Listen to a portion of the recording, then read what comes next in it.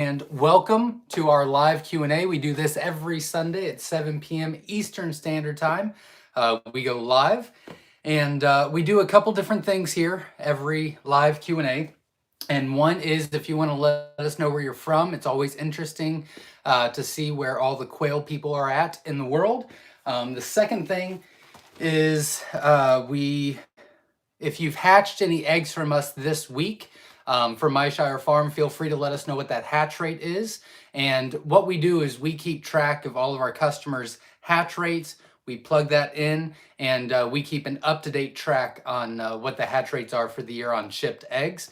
So feel free to let us know what that is. And then obviously it's a live Q&A. So you ask the questions and we will be more than happy to try to help you on your journey with Coturnix quail and answer those questions. So I do have a couple of announcements, which is what we do at the very beginning. I'm actually going to drop you just a little bit because I feel like I'm looking up at you. Let's see. There we go. So we'll do announcements. Jumbo Wilds are off the website, and they should be back on the website at the end of the first week of December. So that is the plan, and it looks like that's going to be pretty easy to do. So it might be a little bit sooner, but definitely by then.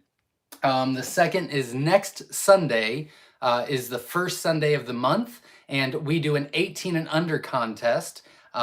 We have in my opinion, a very good video about all of it, what we do, why we do it, and all that. But it is to encourage the next generation that's 18 and under. It is intended to encourage them self-sufficiency and raising their own animals, responsibility, getting off their phone and playing games and doing more stuff with their hands and their mind, teaching them entrepreneurship and so on and so forth. So we love this contest. Like I said, there is a video on it. Verna, if you will be so kind, if you haven't already, to put the link of that in the comments, I would greatly appreciate it.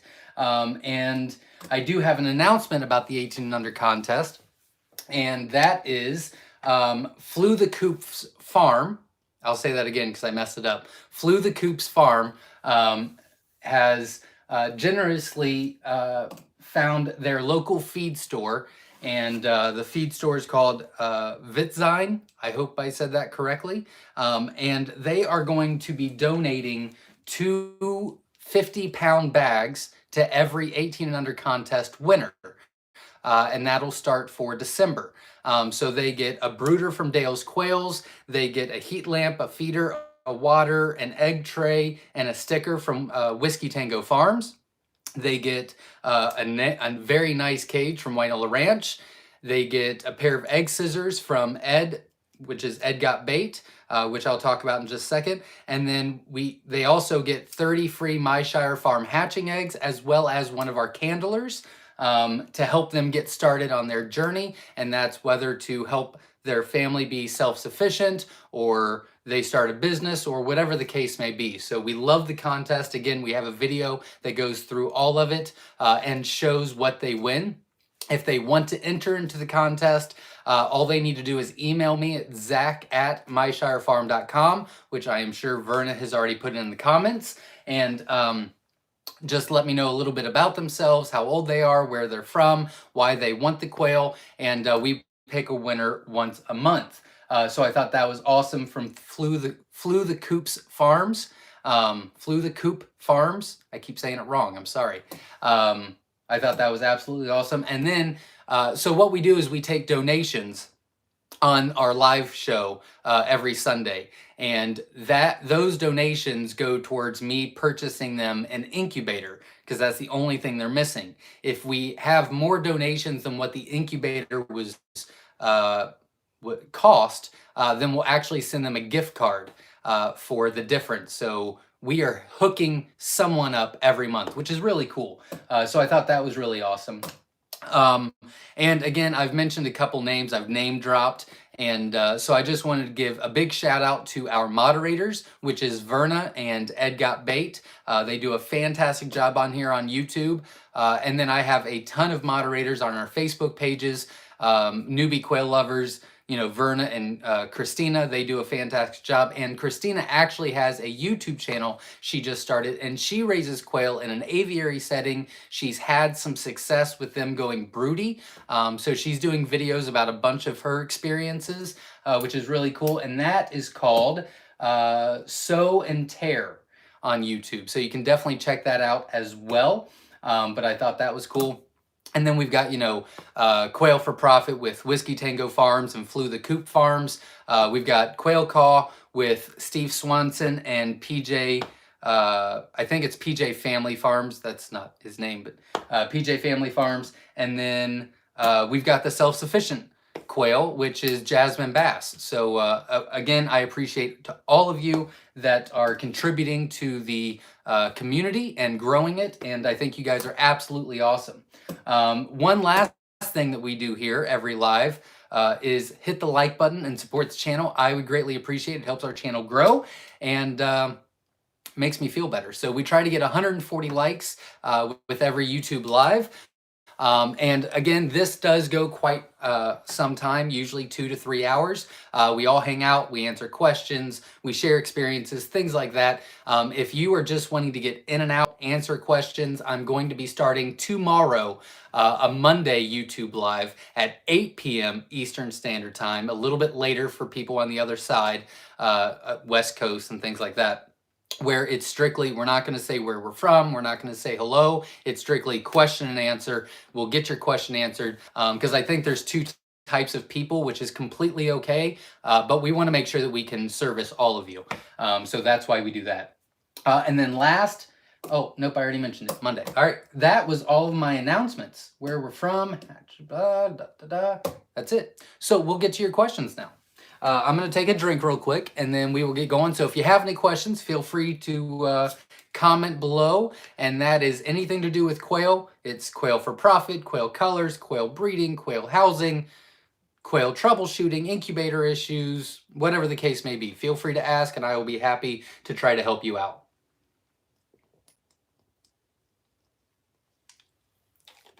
Okay, here we go. Ooh, a lot of comments. All right, so McLeod Family Farm is in the house. Welcome, glad you're here. Joy's in the house. Hello to all of the early birds from Western Oregon. Welcome, glad you're here. Jasmine says, Jasmine Bass is in the house. Howdy, Quail fam. Hope everyone had an enjoyable Thanksgiving weekend. Excited to hear all the quail conversations tonight. Absolutely, and I completely even did not put that in my notes. I do hope everybody had a great Thanksgiving. We had a rough week here. George, which is my counterpart in the barn, he lives here on the farm, was tested positive for COVID. So he's been MIA. He's been out of the barn for about a week and a half now. And so I'm kind of pulling double duty, and Papa the Builder's helping out. And it's been a little rough, but we're getting caught up. I can do the barn. I just can't do the barn and YouTube channels and respond to messages and emails and all that. It's just a lot. So we're trying to keep up, but he should be back by Tuesday, I think. And wow, is he going to be put to work. Whew, feel sorry for him. Yeah, we'll get caught up this week, and I've got some good ideas for videos that we're going to be doing, so stay tuned for that. Yeah, other than that, we had a great week. It was just super busy, but spent some time with family, and we had a good time. So I hope everybody else did as well. Jasmine Bass says, tuning in from Southwest Missouri, finished up another small quail. Oop, where'd you go? There you go. Another small quail project, wiring and automatic lights for the grown birds. Much better than running out at night to shut off. Absolutely.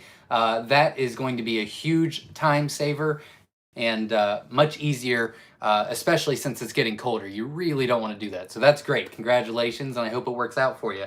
Veronica's in the house. Hello, quail friends from Quaility Farm in upstate New York. Just hatched out 115 of 180 Myshire. Zach, I texted the breakdown of both batches to you earlier today.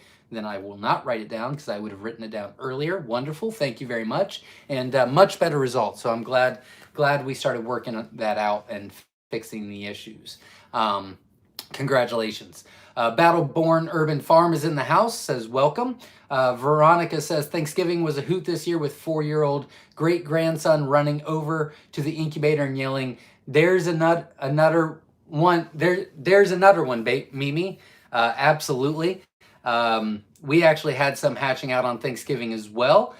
So hopefully if you guys did that, it was a lot of fun and a success. And I know a lot of people get into that for Christmas, have Christmas or Christmas Eve chicks hatch, and it's a lot of fun. If you did want to do that, you're more than welcome to purchase on the website, and in the notes section, you can request a specific ship day, and we'll ship so that they start hatching on Christmas Eve or Christmas Day, but that's always a lot of fun every year. Andre Perry's in the house, says hello, welcome. Ann says, hey, Quail friends, blowing in from cold Ohio. Absolutely. It's been a little chilly this week, but that's all right. I'm going to have to bring you closer because I forgot my glasses. Let's see. Verna Young is obviously in the house. She is my right hand. She is our moderator on YouTube. She's an admin on Newbie Quail Lovers. We talk multiple times a week. We try to have, we did not this week because I've just been slaying, but we try to have at least a conference call once a week with what we need to do and how to better the YouTube channel or Facebook or whatever the case may be. But she says, evening, everyone. Glad to see so many here early. Don't forget to hit the thumbs up. Absolutely. Support our channel by hitting the thumbs up. I'd greatly appreciate it. Let's see. Battleborn Urban Farm says, we are in Las Vegas, Nevada. Welcome. Glad you're here.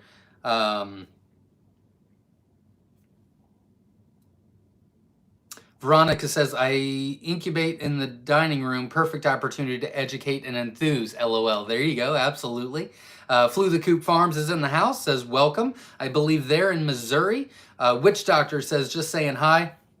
I'll be watching under Battleborn Urban Farm tonight, but I had to give another thumbs up. Well, thank you very much. I appreciate the support. Dale's Quails donated $20 to the 18 and under contest. Hope everyone's Thanksgiving was full of thanks and giving. Absolutely. Thank you very much. I appreciate that. We did hit our mark this month. Donate to the channel. We do, so we're going to be doing a couple different things. I didn't say this, so the $20 will go to the 18 under contest. If anybody else does want to support the channel, just hit the like button. I'd greatly appreciate it. That's all I need. But if you do want to donate, we are actually going to be purchasing a couple of products on Amazon or Tractor Supply or whatever, and we're going to be doing some honest reviews of some incubators to help a lot of people out. I just bought I bought 3 thermometer hydrometers, and I did not like any of them, so I couldn't do a review on them. But I bought 3 more, and I'm really liking those a lot more. But we want to do some reviews for you guys so that you can buy the right product the first time around. So if you do want to donate, feel free to do that. We're going to be purchasing a couple different incubators, and I'm really excited about that. And we'll probably be giving them away after we test them out, and we'll do giveaways and things like that. I don't need them, but I do want to do honest reviews so you know where we're at on that. So if you would like to donate, it's the $ in the comments section. It's either a super chat or a super sticker, and really it's just a donation to the channel. So anything going forward for just tonight is going to go towards the stuff that I want to purchase to help you guys out with YouTube videos. And then next week, we will start all over again with the 18 and under contest. But I do know that we hit our numbers. So thank you all for donating. Again, thank you very much, Dale's Quails. He not only supplies the brooder, he makes the brooder, he ships it to him for free, but he also donates about $20 every week to the 18 and under contest, and I know they will absolutely love it. Ed Got Bait not only is my moderator and my right-hand man, but he donated $10, so I really appreciate that. So thank you very much. He's been helping a lot with a lot of ideas, so thank you. Nikki James is in the house. Welcome. Carrie Coward says, hi, everyone. Hope that y'all had a great Thanksgiving. Absolutely. I wish I could see. That'd be fantastic. Welcome. I'm glad you're here. Sue is in the house. Hi from Canada. Welcome. I'm glad you're here. That's super cool. And best of luck to you. Hopefully you'll enjoy your time. Katrina is in the house. Hi to everyone from Gilroy, California. We're driving back from seeing the monarch butterflies on the coast. I'll likely miss about 15 minutes when we go over the coast range. Well, welcome. Glad you're here, and thanks for watching. Ed Got Bates says, oh, not talking to me. Frederick Sowers is in the house. Good evening from Delaware. Welcome. Glad you're here. Catherine is in the house from Texas. Welcome. I'm glad you're here. Not talking to me. Phyllis Wells is in the house. Welcome. Any other Canadians, Sue asks? There's usually a couple in and out every Sunday. There's usually a few. Phyllis Wells is in the house. Jesse Mills is in the house. Good evening, everyone. Welcome. Hopefully your hatch is going pretty well. They should be hatching soon. Ontario, north of Belleville. Very cool. I've never been to Canada. I'd really like to go eventually. La Rochelle Farms in the house. Mark from Connecticut, welcome. Glad you're here. Catherine is in the house. We just ordered our eggs from you. Can't wait to get them. Can't wait to get them. Awesome. I will be shipping out all week this week. We kind of only shipped last Monday just because of the holiday and the post office. And Thursday they were closed, and Friday they were going to be... I knew they were going to be overwhelmed, so it just wasn't worth it. So we'll be getting a lot of eggs out. I just collected everything in the barn for our corporate orders, and then everything for the rest of the week is going straight to all of you that have purchased. So they will be laid same day as shipped, and hopefully you'll be getting a good hatch rate. We're averaging a 75.45% hatch rate on shipped eggs for the year. I kind of mention that every week, but this week, it's kind of ironic because I say every week, you know, we're at 75.6 or 75.4 for the year, whatever the case may be. And Kevin from Living Traditions Homestead actually just did a video about our hatching eggs and the process. Mentioned Dale's Quails and Wynola Ranch. And he literally got a 75.45% on the hatched eggs. Which I thought was just perfect because that's what we're averaging, and I'm very happy with that number. So I thought that was kind of interesting and cool. But that is what we're averaging, so make sure that if you've hatched eggs from us, you let us know. We do guarantee the 50% hatch rate, but we strive for much higher than that, and we want to make sure you get taken care of. So if you've hatched eggs, let me know.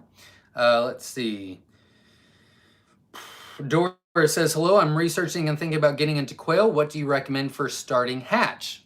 Very good question. Welcome. I'm glad you're here, and I hope that you get involved with quail. We here at Myshire Farm and everybody watching, we are big quail fanatics. We really do believe that it's a great gateway to self-sufficiency. It really grows you, gives you some confidence. They're very easy to raise. It's a lot of fun. So, as far as like what kind of quail, I would recommend a feather sexable one, which there's quite a few on the option. There's quite a few options for feather sexable. It really depends on what you're wanting to do. In the long run, they all are pretty much the same. You know, the jumbo varieties will lay larger eggs and they're bigger meat, but the standards are going to lay longer and more consistent. So if you're just looking for eggs, you know, you could do colors. That's completely fine. If you're looking for the bigger meat and eggs, any of the jumbos would be fine. Obviously, I will always recommend the Jumbo Wilds. They are in a wait right now, but they're definitely worth it. The Jumbo Whites are not feather sexable, but they're next in line as far as large goes. I really like the Jumbo Egyptians, but if you're looking for consistency, I think a feather sexable mix, which is what we have an option for on our website as well. It's a whole lot of fun. You get a variety of colors. They all go together, and then you'll get jumbo and standards, so you'll get larger eggs and larger meat, as well as more consistent laying as well, and a lot of fun colors. So that's a lot of options, but those are your options. We also have a playlist called New to Quail and What I Need to Know on our YouTube channel, and you could definitely check out that. The last video on that playlist, I do believe, is a hatching eggs versus live quail, because we offer both, and we kind of go through the benefits and the cons of either one, so you can check that out. Let's see. Moon Outdoors is in the house from Ohio. Welcome. Glad you're here. Tim Baldridge is in the house. Hey, Zach and everyone. Michigan here. Welcome. I'm glad you're here. PJ's Family Farm is in the house from New York. Welcome. Verna did put the 18 and under contest video link into the comments if you want to check that out. That'll give you a lot more information on the comments. Whiskey Tango Farms donated $20 for the 18 and under contest. Thanks for continuing to help our younger generation on the path to self-sufficiency. Well, thank you very much. Again, not only have they donated, and they donate regularly, but they also donate all of that stuff I mentioned earlier: the heat lamp, the feeder, the water, the egg tray, the sticker, and it's all free shipping. So they are very, very generous, and we all are very passionate about getting the next generation involved. So thank you very much. I appreciate it. Let's see. Mashvi, I hope I said that correctly. Good morning from Melbourne, Australia. Very cool. That's awesome. Glad you're here, and hopefully we can help you out. S.O. Swanson's in the house from Memphis in the house. It's quail time. There you go. Absolutely. I keep putting it down and then I can't see. Sorry. I'm glad you're here. Phyllis Wells is in the house. I'm on hold for the spring. I still have a few 10 quail and a turkey. Very cool. Well, we'll be here when you're ready, and best of luck to you. Richard Brown's in the house from East Tennessee. Welcome. Glad you're here. Doris says, what about the count to start with? Oh, very good question. So I'll give you the thought process behind it, and then you can decide what works best for you. Because it might be a 25 count, it might be a 110 count. So I'll use the 110 count option. So if you order 110, we're going to send you 120 eggs. In that 120 eggs, like I said, we are averaging a 75.45% on hatched eggs for this year. But let's just, we guarantee a 50%. So let's just take that and just assume that that's what it is. So out of 120, let's say 60 hatch out, okay? Out of those 60, 30 of those on average will be male. So you'll have 30 hens, which will give you about 20 to 26 eggs a day. If that's too much, then you would want to go down to maybe 50 and then do the same math. So 50 count, we send you 60, 30 hatch, 15 will be males. That'll give you about 10 to 14 eggs a day. So it just kind of depends on what you're wanting to do. Some people want to start with eggs and meat for their family, so a 5th count would be great. Other people want to try to sell some chicks and recover the cost that they spent on it. In that case, probably the 110 count. So it really depends on what you want to do, but that is a very good question. Nabika from Mary Quail in Northern California here. Welcome. I'm glad you're here. Jasmine Bass says, Zeke put his 18 and under eggs on lockdown today. Wonderful. Zeke was our last winner of the 18 and under contest. I'm going to move you guys around because I don't like holding it and I don't know where my glasses are. So I just started wearing glasses, so I'm not used to it yet. But Zeke was our 18 and under contest winner for November. Zeke put his 18 and under eggs into lockdown today. He candled and 27 out of the 30 eggs were good. Awesome. He is incredibly excited to see them hatch. He said he will be taking lots of pictures. Wonderful. I do have a couple of pictures from you already. So what we're going to do is I'm thinking that Zeke and Jasmine will be taking some pictures of the Wynola Ranch setup and the Dale's Quail's brooder and the stuff that Whiskey Tango sent and our eggs and the candler and all that. He can take pictures of everything, and then we'll put a kind of a little collage together and let you know how the 18 and under contest winners are doing. So I'm really excited about that, and we'll do a YouTube video, with that once I get all the information in as well. If you can, support the channel by hitting the like button. I greatly appreciate it. Dale's Quails is in the house. Good evening, everyone. Wisconsin here. Hope all is well. Absolutely. If you want to contact me individually, Verna does put my phone number and email and website in the comments, so you can write those down. But if you want to contact me individually, on our website, my personal phone number and my email address is on there as well. So whatever you want to do, but I try to be available. If I don't answer, then I will call you back eventually, I promise. And texts, I'm a lot faster at, because I can take a small break in the barn and text about 8 different people real quick. And I usually am not able to answer my phone, as you can't hear in that quail barn with all those quail. Sue is in the house, says open to Canadian, probably not. We cannot ship to Canada at this time. We are working on it. There's a lot of red tape, and unfortunately COVID has a lot more restrictions with international shipping, but we are in the process, so eventually we will get approved, and we will be happy to help you there.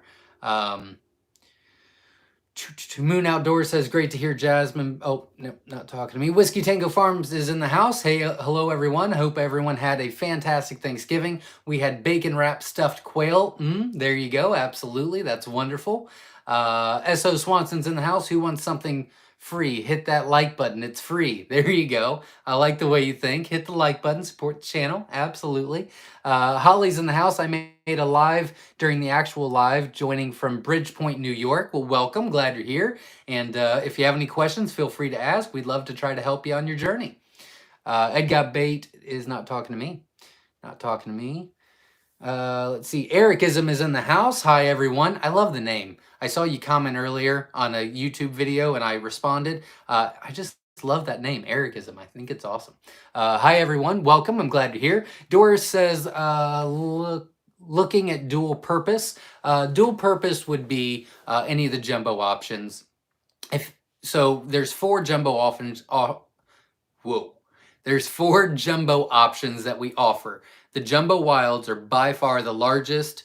They're the largest meat. They're the largest quail.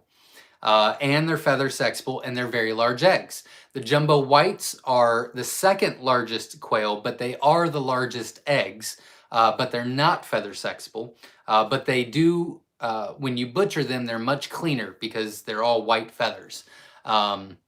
And then the Jumbo White Wings are kind of just a cool color, and they're jumbo size, and they're feather sexable. And then the Jumbo Egyptians are feather sexable. They're a good size. They're a good egg layer. They're very consistent, and it carries the roux gene. So you can make that roux gene and create a bunch of different colors along the way as well, which is a lot of fun.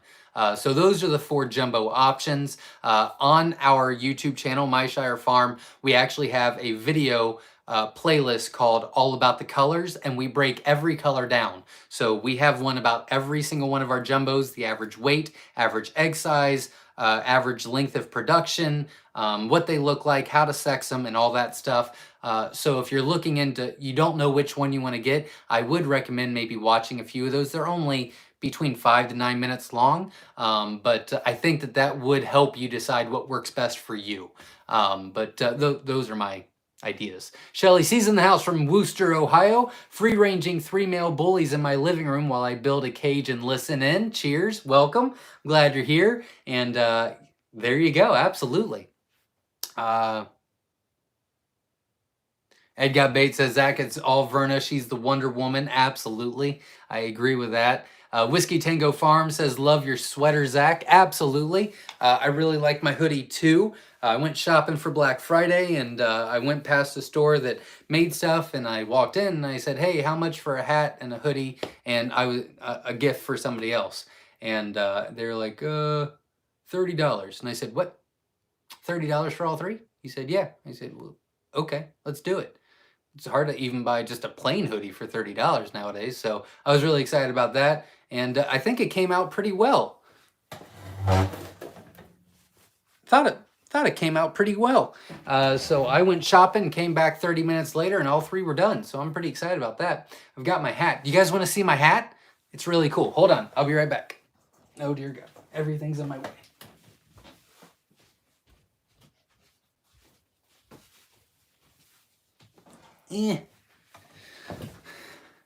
I know, right? I like it. I like it. It's pretty cool. Pretty cool. So yeah, thought that was a cool idea. Let's see. Verna did put in the comments the group to the Newbie Quail Lovers Facebook group, and a couple of YouTube videos. The Self-Sufficient Quail is another Facebook group she put in there as well. Sue says, can only watch an hour, then Yellowstone is on. LOL. There you go. Absolutely. Me and my wife love that show as well. I did not know it was back on. I really don't keep up with it, but now that I know it's on, we're going to have to start watching it, because we keep watching documentaries because there's nothing else to watch out there. But now that it's back, I will watch it. Let's see. A. Jones is in the house. Hi, Zach. Checking in from the northeast tip of Ohio. Welcome. Glad you're here. S.O. Swanson says, got my 2 likes in. Well, there you go. Thank you very much. I appreciate it. We're at 90. The goal is to hit 140 likes. It helps the channel. And it really just makes me feel better. It makes me feel like I'm not wasting my time, and you guys are appreciating it, and I'm helping. So hit the like button, support the channel. I greatly appreciate it. Callie Quail Keepers is in the house, just checking in. I'm listening. Awesome. Glad you're here. Moon Outdoors says hi. Oh, not talking to me. Hey, not talking to me. How long do you keep breeders in production? That's a very good question. For us here at Myshire Farm, we switch our males out twice a year, and we switch our hens out once a year. We would not do that for self-sufficient use.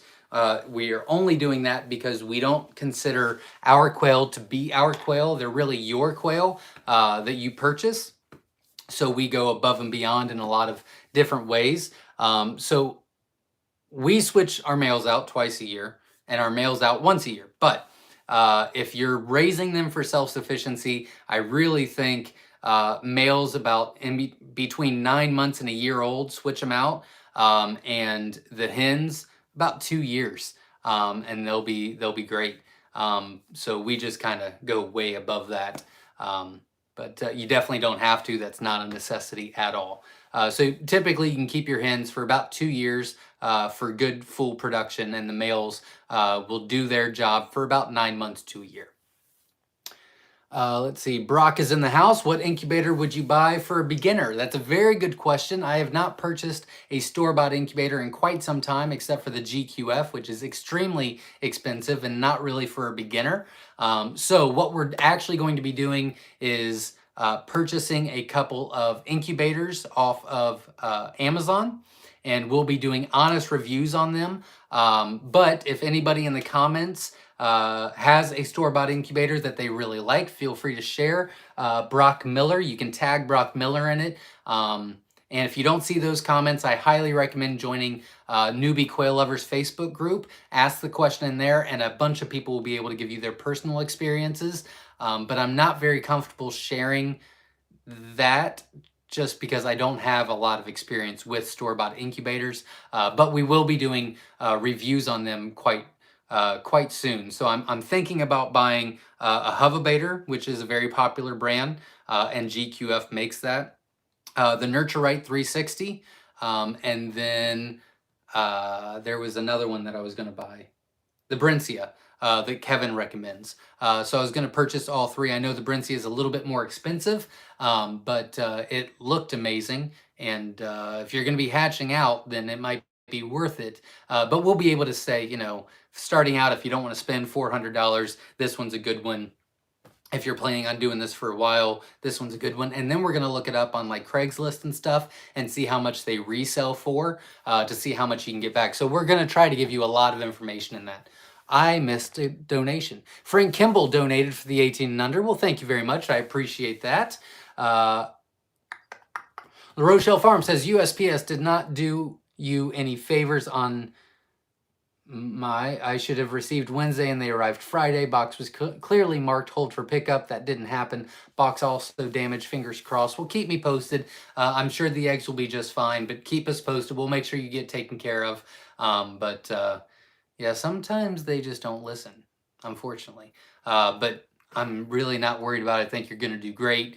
You know what you're doing. And they were laid the same day, so they were still, what, 5 days? Yeah, so you still have plenty of time in them. But keep me posted. Like I said, we guarantee the 50% hatch rate. but I think you'll be way above that. Ginger's in the house. Do you have any trouble shipping in winter with eggs freezing? No.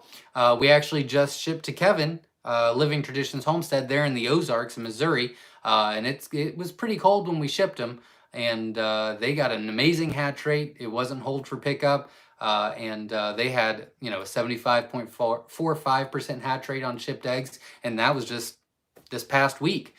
So no, not really. They're laid same day as shipped. We use special foamers that kind of entrap the heat, box them up really well, and make sure that they're good quality before we ship them. So no, not really. We do pretty well all year, honestly. Dale's Quails donated $20, like I said earlier. Hope everyone's Thanksgiving was full of thanks and giving. Absolutely. And we appreciate you, and I got your text. I think I responded yesterday back to your text. Anyone that contacted me this week, I do strongly apologize for taking so long. I know people were texting me Tuesday, Wednesday, Thursday. I did not respond until Friday, but literally I spent 13 hours in the barn Tuesday, Wednesday, and Thursday. And then Friday, I went shopping in the morning, and then we had our Thanksgiving dinner Friday night. So it was actually Saturday when I responded back to everybody. So I apologize. It usually doesn't take me that long, but I think I had 87 text messages and like 13 or 17 Facebook messages and like 87 email. I mean, it was just a ton. And I just couldn't find enough time in the day. But I'll be getting George back this week. I did get a lot of stuff done in the barn, and so I will be ready to get back in my routine. I'm very excited about that.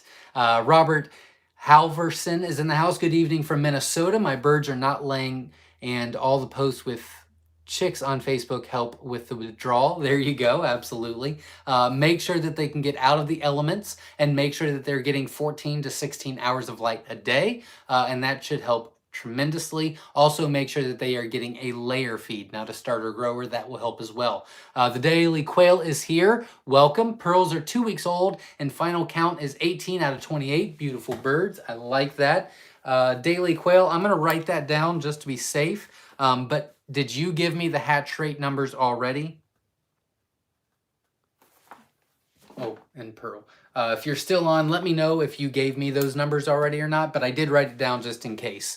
Darren is in the house, brand spanking new. Welcome, glad you're here. Considering quail for protein and profit? Absolutely, we'd love to have you. Glad you're here, and hopefully you can learn some things, and if you have any questions, feel free to ask. Andrea said, I just emailed you. Oops, I forgot about this tonight. Are the fab fees almost as big as the jumbo wilds? No, they're big. But there's really nothing close. Well, the jumbo whites are close. Other than the jumbo wilds are always going to be the largest. They're just always going to be the largest. The jumbo whites are pretty big. I'm pretty excited with what we've done with them this year. The fab fees are bigger. I don't remember the numbers that I looked at earlier this week. I think it was, oh crap, it was right under, I think it was like 53, it was right under 55%, 53, 52, 54% of them are over 10 ounces. So more than half are jumbo size. They lay decent size, pretty big eggs, and they are very consistent, and they're feather sexable, and they're a cool color. But I wouldn't say that they're, our jumbos will get about 14 ounces at 10 to 12 weeks old. And so they're not that big, but they're a nice size. They're good enough to butcher. Absolutely. Very good question, and I'll respond to your email. That's not a problem at all. I enjoy it. I just could not find time to do it all, and it stresses me out when it takes me so long to get back to people. I just can't stand it. Dalton Johnson's in the house. Love your channel. Thank you very much. How bad is the odors from poop if done in a closet? It can get a little bad. I like what Kevin from Living Traditions is doing, and they're putting the pine shavings down. That will eliminate a lot of the smell. It will get dusty. You really need ventilation, but it only takes a couple of seconds to clean out the tray. So even if you leave them in there and and you clean the tray out once a day or once every 2 days, again, it's only a couple of minutes every few days, and that will eliminate a lot of it. So it's doable, absolutely. And Verna Young, which is my right hand, she actually keeps hers in an apartment, and she does just fine with them. Sue says, how long do you keep breeders in production? I did answer that already. If you did miss it, we recommend for self-sufficient use 2 years for hens and 9 months to a year for males. Here at Myshire Farm, we switch out our males twice a year and our hens once a year, just to make sure that you're getting the best possible quality you possibly can. Donna's in the house. Hey, sold my first dozen eggs on eBay. Very cool. Congratulations. And that's very exciting. That's a huge step. So congratulations. Richard Brown's in the house. FYI, I had a power outage last week. Incubator temp dropped to 60 the day after I put 90 eggs on lockdown, but luckily I still got 62 hatched. 62 out of 90 is fantastic. Congratulations. Richard, were those our eggs? And if they were, did you give me the numbers? Because I'd love to know. But congratulations. If they were our eggs, wonderful. If they weren't, that's still wonderful. So great hatch. Congratulations. Farmer Brad is in the house. Welcome. Glad you're here. Phyllis says, tell George to take easy. That COVID stuff is rough. He's feeling better now. He had a couple of days that he was out of it, but he's just not allowed to come back because I don't want to get it. And I'm a little concerned about him touching eggs and moving quail and all that stuff. So he's just out. But tomorrow he is going to start helping me on the farm. He's just not allowed in the quail barn. And then Tuesday he's back. And I will be using him a lot. Yeah. He already knows. David Smith is in the house. Let's see. New to quail raising, plan on jumbo wilds. Wonderful. What best feed for eggs and health? Very good question. We actually have a YouTube video on our feed. Verna, if you'll put that in the comments. But we customize our layer feed, and then we get that from a local feed mill. Actually, Klombach, which is nationwide, they actually make it, but we go through our local feed mill. And then our starter grower is actually a pheasant starter, and that seems to work best for Coturnix quail, is a pheasant starter. So the best feed we have a video on, but they're really not picky. I mean, they'll do, you know, an all-purpose layer feed, a chicken layer feed. They'll do a turkey starter. Obviously, a good quality feed goes a long way. But yeah, but we've got that video and you can check it out. We go through the ingredients. We go through the percentages of what we recommend. Luckily enough, Klombach was kind enough to come out. We talked. They had a couple PhD doctors that specialize in feed and all that jazz, vitamins and nutrition and all that stuff that I just don't know about, and asked a bunch of questions. And in that video, we pretty much regurgitated what they told us so that you would know as well. But that video would help you a lot more than what I could tell you right now, because I'll forget stuff or give you the wrong numbers, and I don't want to do that. Jacob is in the house. I have tried mixing different groups of quail together by moving all quail to a neutral cage for 20 minutes or so and then back to the main cage, but end up losing half of one group every time, all the same size. Very interesting. Well, it looks like you're doing what you should be doing. You're putting together by moving all quail to a neutral cage for 20 minutes. Okay. All right. So Jacob, what's happening to the ones you're losing? Is it an overbreeding issue? Are they getting picked on? Do you see the culprits? Like, is it the males that are attacking, or is it the hens that are attacking? Okay, well, here's the answer. We can definitely help you out with that, but I would need a lot more information. So Jacob, why don't you text me this week, 937-760-7282. Verna, if you'll be so kind to put that in the comments.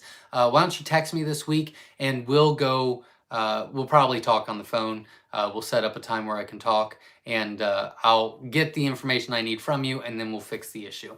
Linda Waller is in the house. I'm loving the Quail for Profit group. Thanks to all of you who made that happen. Thank you very much. I appreciate that. And Flew the Coop Farms and Whiskey Tango Farms do a great job on there.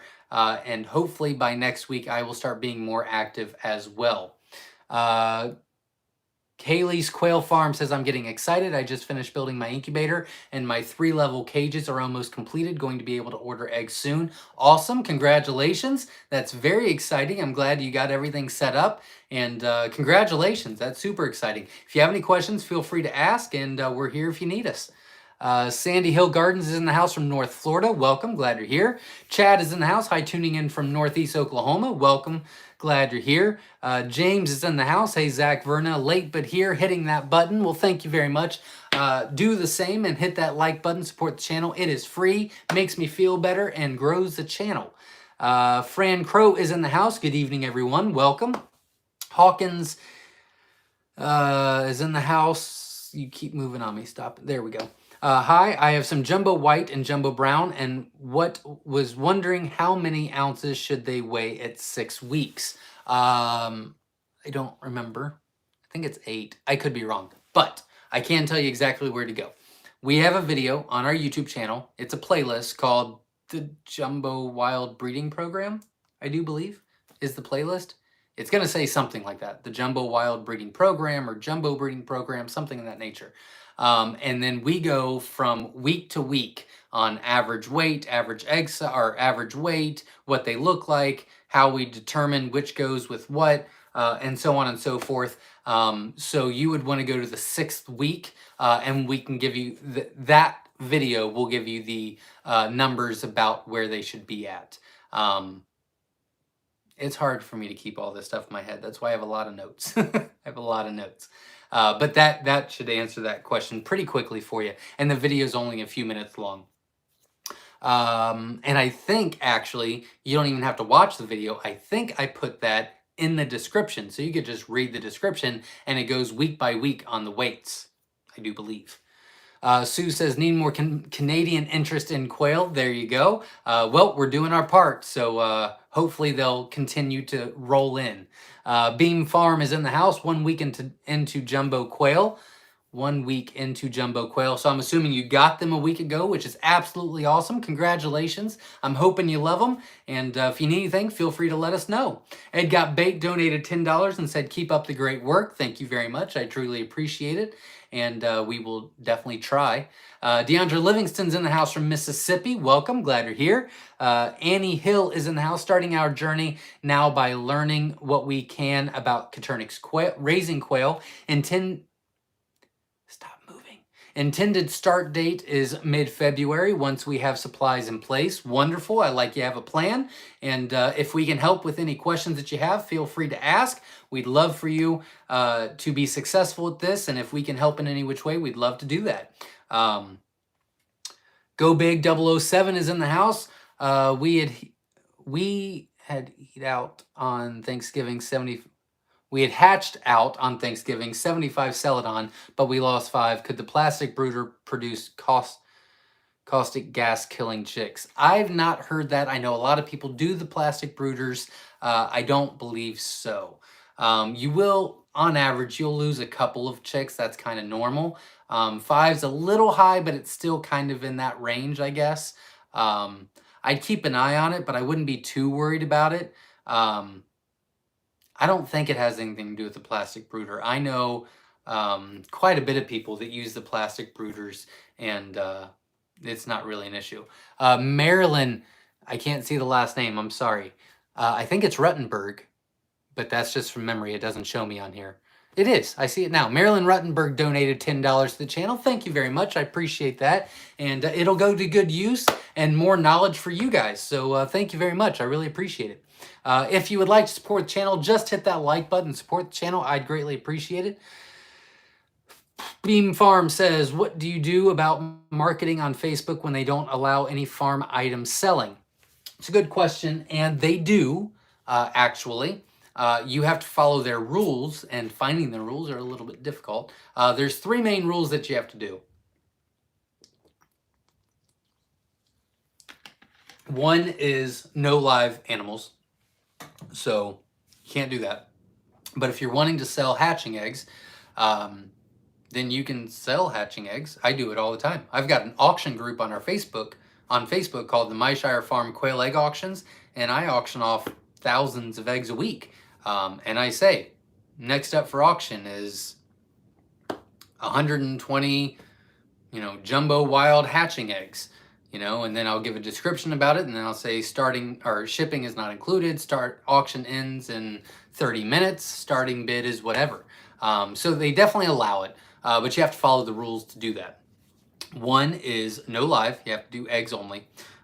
2 is you have to have a website and a farm page. You have to have a business page. You cannot do it on a personal page. It has to be a business page.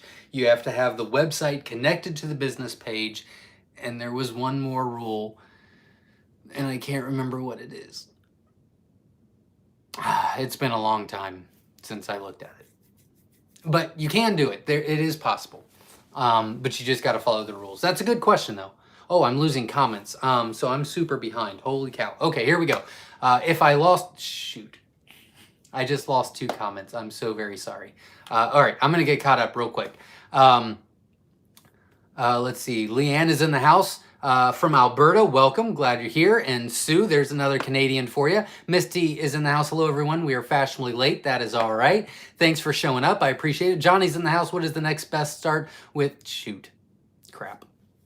I keep losing comments. I really apologize. Once you get too many comments, then it starts kicking me out. What the quail farm is in from Georgia. I'm going to get caught up real quick. Don says, I have a question about your brooder cages. Sure, go ahead and ask. Be happy to help. Sue says she's in Ontario. Welcome.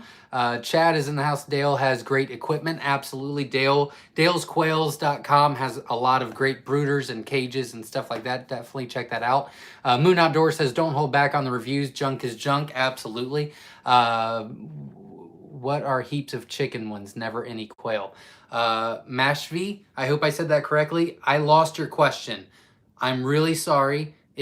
I saw your name, and then before I could even read it, it just deleted because I'm super behind. So I really do apologize. If you ask now, I will answer that quickly and skip everything else to get your question answered.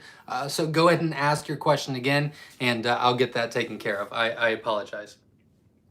And I tell you what, if I skipped anybody else's questions, it's already passed and I haven't read it. If you want to comment your question again and either tag Verna Young or just put her name in it. She can look and then she can tell me what I need to answer real quick. I apologize. But here we go. Will says, good evening, Quail community. Hope you all had an amazing Thanksgiving. We are looking forward to our first batch of quail. Thank you, Zach, for all the awesome information on raising quail. Well, thank you very much, and I appreciate you here. And thanks for watching, and good luck. And I'm glad you had a great Thanksgiving. Charles says, love the quail that I hatched from you. Wonderful. I love to hear it. Thank you very much. And good luck. If you have any questions, feel free to ask. Farmer Brad says, my Caternix quail are 4 weeks old. Wonderful. So they are probably feather sexable if those are the colors that you got. Best of luck to you. And if you have any questions, feel free to ask. Shelly is in the house from South Carolina. Welcome. Whiskey Tango Farms is in the house. Did everyone see the huge shout out Myshire Farm and Dale's Quails got from Living Traditions Homestead? I would assume they are a very large channel. They are very generous. They're very kind. I've talked to Kevin quite a few times on the phone, text, things like that. And he's a fantastic human being. And he helped us out a lot, so I appreciate him very much. Annie's in the house. Anyone from the Metro East St. Louis area, Illinois side? I'm not too sure about that one. Marilyn is in the house. Hello from North Carolina. My birds are 5 weeks old today. Wonderful. Congratulations. They should be laying eggs pretty soon for you. So best of luck to you. I'm getting a little caught up. Verna, if you can text me when you see people's names that I lost their comments, text me on here so I can see it, and then I'll scroll down real quick. I can't look at everything at one time. So just let me know when they've re-commented. And I'm sorry, I'll try to keep up now. Sue says, come to Canada to have some a good Canadian beer. I don't even know how to say that. I've never had Canadian beer, but I will definitely have to check that out when I go to Canada. I'm gonna go. I have to go. Misty says we got a 50% hatch rate on our Myshire eggs this past weekend. They are growing fast. Wonderful. Misty, if you're still on, if you could let me know what kind you ordered, I'd greatly appreciate it. Drop something. Otis says, hello all, you awesome quail mates, Central Kentucky here. Welcome, glad you're here. What the Quail Farm says, seen it, Whiskey Tango Farms, cool shout outs. Yep, I agree. They are very generous and kind. Jay is in Ontario, southeast of Ottawa. Welcome, glad you're here. And there's another Canadian, so that's 3, I believe, so far. Don Maines is in the house. Brooder cages, heat bulbs you mount on sidewalls. Most others I see are above. What are the advantages besides opening the tops? How do you lessen the heat after a week or 2? You don't lessen the heat. They've got plenty of room on each side where they can decide where they want to move. I like them where they are. Number one, we don't have to worry about the lamps and adjusting. We just put them right in the center, and if they're cold, they go right up to it. If they're hot, they can go to the sides, and they've got plenty of room. So that just works best for us, but the tops work just fine. We did tops for years and years and years, but when we built our own brooders, we decided to incorporate that in there, and it's just easier for us. Good question, but I would say the only advantages to that is you don't have to worry about moving it, and 2, because we roll our brooders out, then it's easy for us to unplug and just move the whole thing. But very good question. That's a very good question. We just got another donation. Sharon Caudill donated $10. Thank you very much. I really appreciate your support. I really do. Thank you very much. Jesse Mills says, Loretta is listening in on my other earbud. Her eggs went into lockdown today. Wonderful. Jesse Mills, I believe you won an auction, and the auction that you won was for your daughter, Loretta, which is 4, 6? I can't remember. I'm sorry. Loretta, how old are you? So she's hatching her own eggs now with Jesse's help, and we sent her a little note, and so good luck, and keep us posted, and make sure you text me this week with your hatch rate. Best of luck to you. Carlene is in the house, just finished putting my hatching time cage together and received incubator, ready to start our quail adventure. Wonderful. Congratulations, and best of luck to you. If you have any questions or need any help, feel free to ask or reach out. We would love to be able to help you in any way we can. But congratulations. I'm glad that you're getting all the stuff ready. Marilyn says, I lost one bird this week, no reason I could determine. Sometimes that happens. Sometimes it happens. I would assume your quail's probably over 6 months old. Sometimes they just die out. Charles says, my hatch rate was 50% of 30 eggs. So we only do 25. Well, I'll just do 50%, 30 eggs. Charles, if you could let me know what kind you ordered, I will write that down as well. I already destroyed my hat. Wrote all over my hat. Knew I shouldn't have gotten white. What the Quail Farm says, good luck, Carlene. Absolutely. Marilyn says, I used the bird that died as practice for butchering. I was awkward, but I did it. There you go. That's a good idea. That's a very good idea. I like that idea. Learn as you go. Absolutely. That's a great idea. Deandra Livingston says, talking about feather, she able? I don't know what that means. Deronda, I'm sorry. Talking about feather. Maybe you weren't talking to me. I don't know. I'm sorry. But if you have a question, go ahead and ask again because I don't know what that means. I'm sorry. Tim says, question, Zach, I remember you saying other breeders buy from you to replenish their stock. What is your breeding style to be the breeder to breeders and keeping genetics clean? Very good question. So we don't, there's certain things that we do that I can't share. I guess I could. I'm not going to share.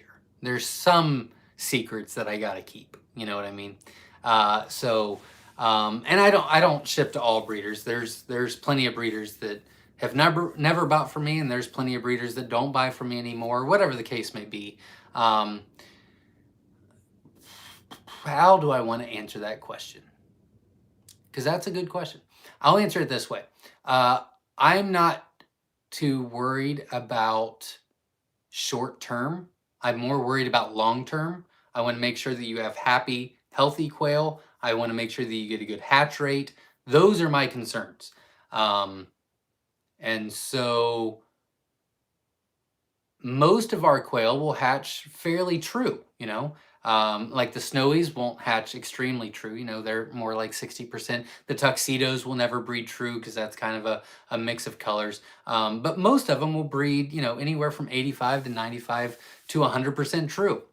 I'm not really worried about that much. I'm more worried about not inbreeding, keeping them healthy, keeping them a good size, keeping them good egg layers. And so we just do things differently than others.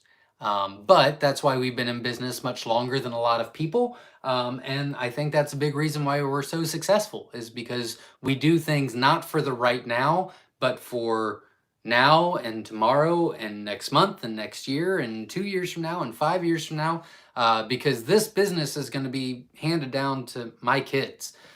So we got to do things that are long term, and that's what I'm willing to say about my breeding program. Sure. I know that didn't give you a ton of information, but there's just certain things I can't share. Mecor Acres Rick is in the house. Good evening, everyone. Tried quail a couple of years ago and it didn't go great, so I decided to move away from them. Thanks to Kevin's video this week, I decided to try them again. Well, wonderful. Sorry, you just got me so excited. Sorry. Well, that's great. Hopefully you have a much better success this time. We've got a ton of videos to try to help you. Again, I'm always available. Maybe not right away, but I'll always get back with you. So if you have any questions, you're more than welcome to reach out to me. And like I said, we are averaging over a 75% hatch rate, and we guarantee a 50% hatch rate. And let me just, I know you guys didn't ask this. Let me see how far, shoot, I'm a little behind. I'm going to say it really quick before I lose comments. We guarantee a 50% hatch rate. We don't guarantee a 50% fertility rate. We don't guarantee a 50% hatch rate as long as it's not, you know, the incubator's fault or shipping. If shipping shows up, like La Rochelle Farms said, shoot, I'm missing comments. Hold on, I'll get back to that in a second.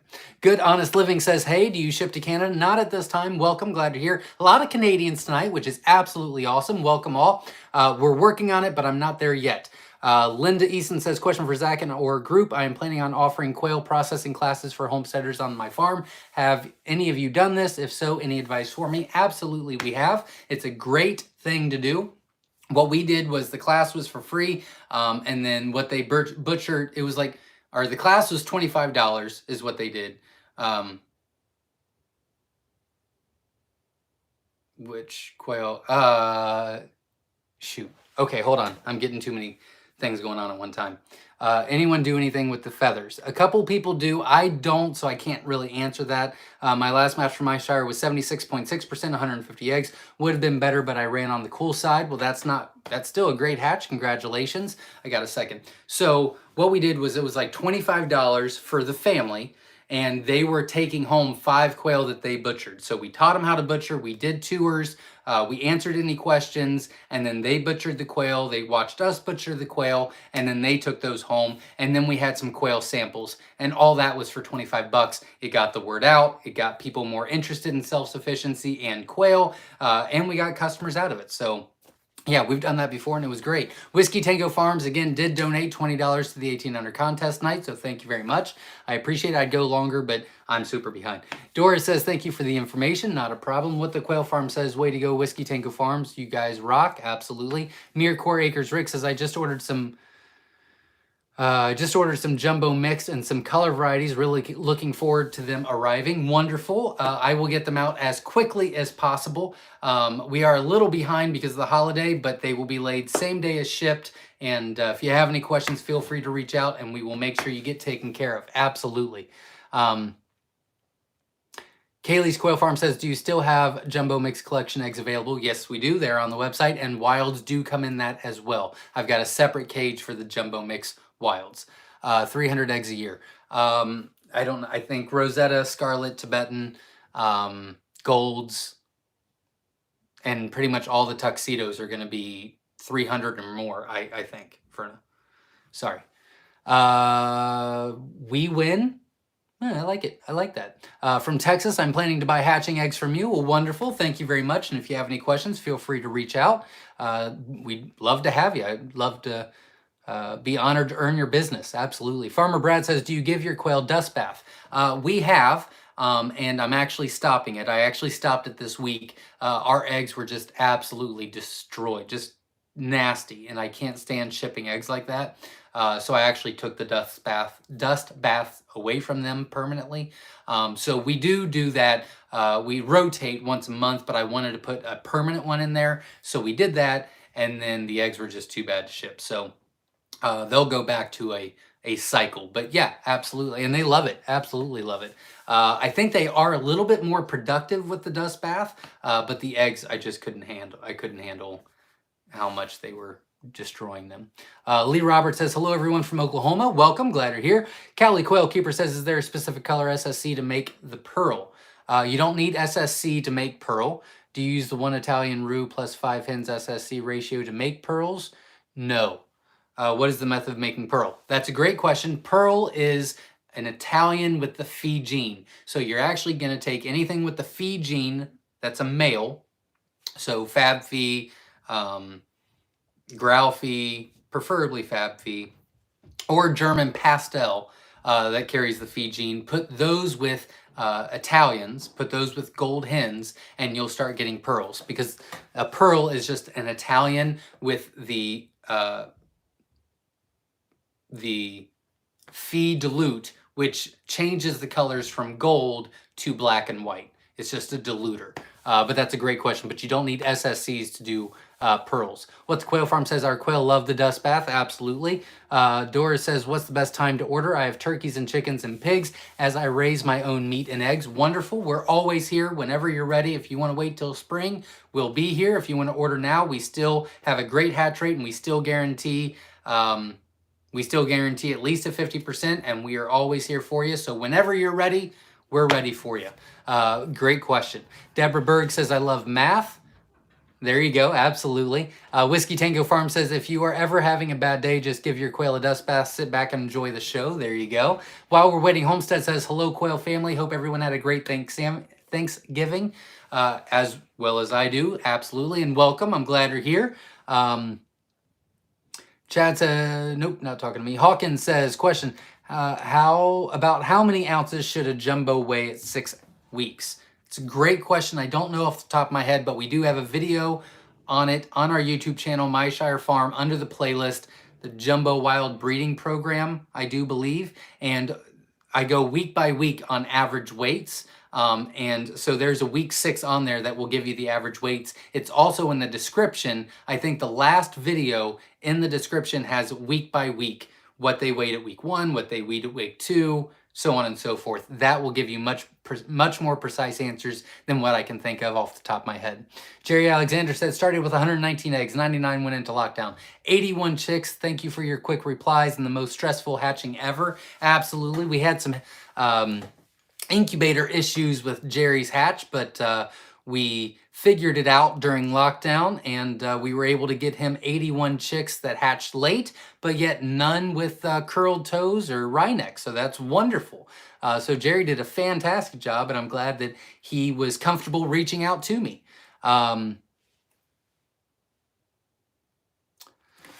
I'm just trying to get caught up. I'm so sorry, guys. Van Smith says successfully did our first butcher, 16 males. That is a lot. Congratulations. And used some for Thanksgiving. We made cream cheese quail filling for bacon wrapped jalapenos. That sounds delicious.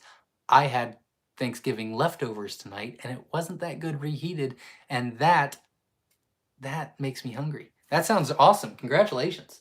Sounds cool.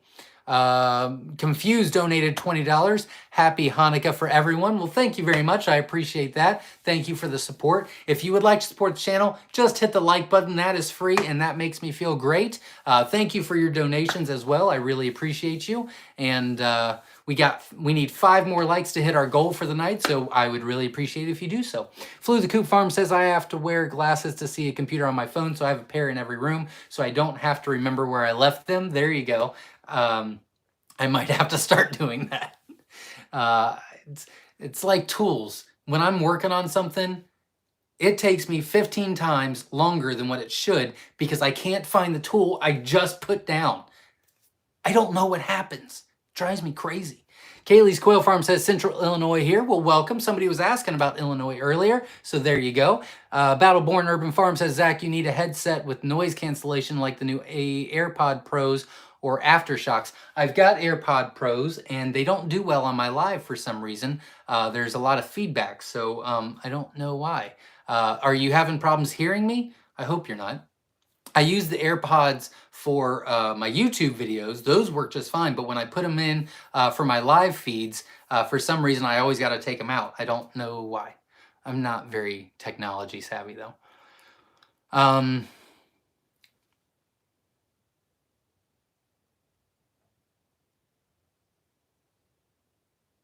There we go. Good Honest Living says maybe you need to find someone to partner with that is already in Canada. There you go. That's not a bad idea. Katrina says, okay, I'm home now. Got to catch up on the chat. Not sure if my comment went through as it was right before I lost signal, but thank you, Zach, for the shout out on my YouTube channel, Sow and Tear. Not a problem. And I think a lot of people will benefit from it. I have glasses everywhere. There you go. Phyllis Wells says, I know there's more people in here than the number of likes shown. Push the like button. Well, thank you very much, Phyllis. I appreciate the support. Gary says hello from Nebraska. Welcome. Not a lot. I don't get a lot of Nebraskans. Is that what you're called? Hope so. So very cool. Glad you're here. Dan Dresso, I hope I said that correctly. Would a 24 by 36 or two 18 by 24 breeder cages be better? And what would the ratio be for both? Very good question. So we do colony cages, so the bigger the better for us. They do just fine. It really depends on what you're working on. If you're just raising for self-sufficient use, the 24 by 36 is much easier. It's less feed, less water, less time spent, less poop trays, so on and so forth. So that's what I would recommend for that. We recommend 5 hens to every 1 male. You could do 4 hens to every 1 male, but I do recommend 5 to 1.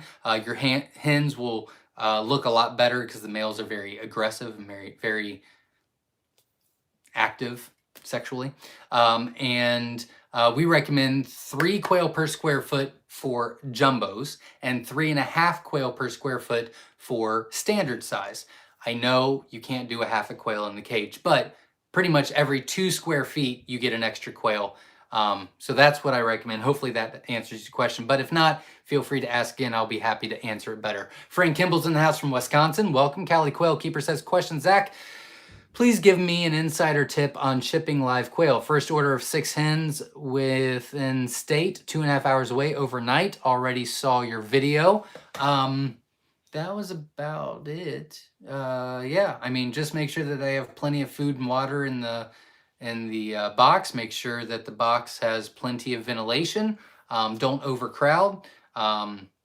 We've got a video on how we ship live quail, and so we'll put between 3 to 5 in each spot. It really depends on the weather. So like right now, we'll put 5 in each small spot to keep them warm, and we give them 3 days worth of feed, and you can't put water in the shipping box.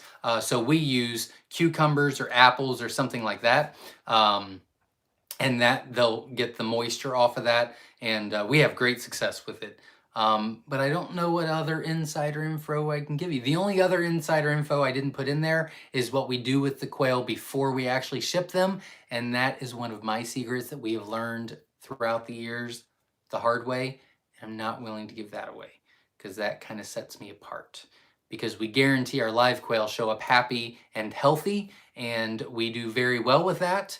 And I think it is because the boxes we get and the 3 days worth of feed and the express shipping and the cucumbers and the apples and all that stuff. But I do think some of it is also getting them prepared a few days in advance. But if you do all that other stuff, you'll be just fine. Don't worry about it. Just make sure you take care of your customers. If something happens, you just replace it, take the loss. It is worth it. And use it as a learning experience. But you'll do great. You'll do fine. Don't worry about it. Plus, it's only 2.5 hours away. We ship all the way to Washington, to Maine, to Texas, to Florida, all over the place, and they do just fine. So 2.5 hours, one day, it's not a big deal. VAMs, don't stress. I know it's stressful. I still stress out shipping live quail, but you'll do just fine. Don't worry about it.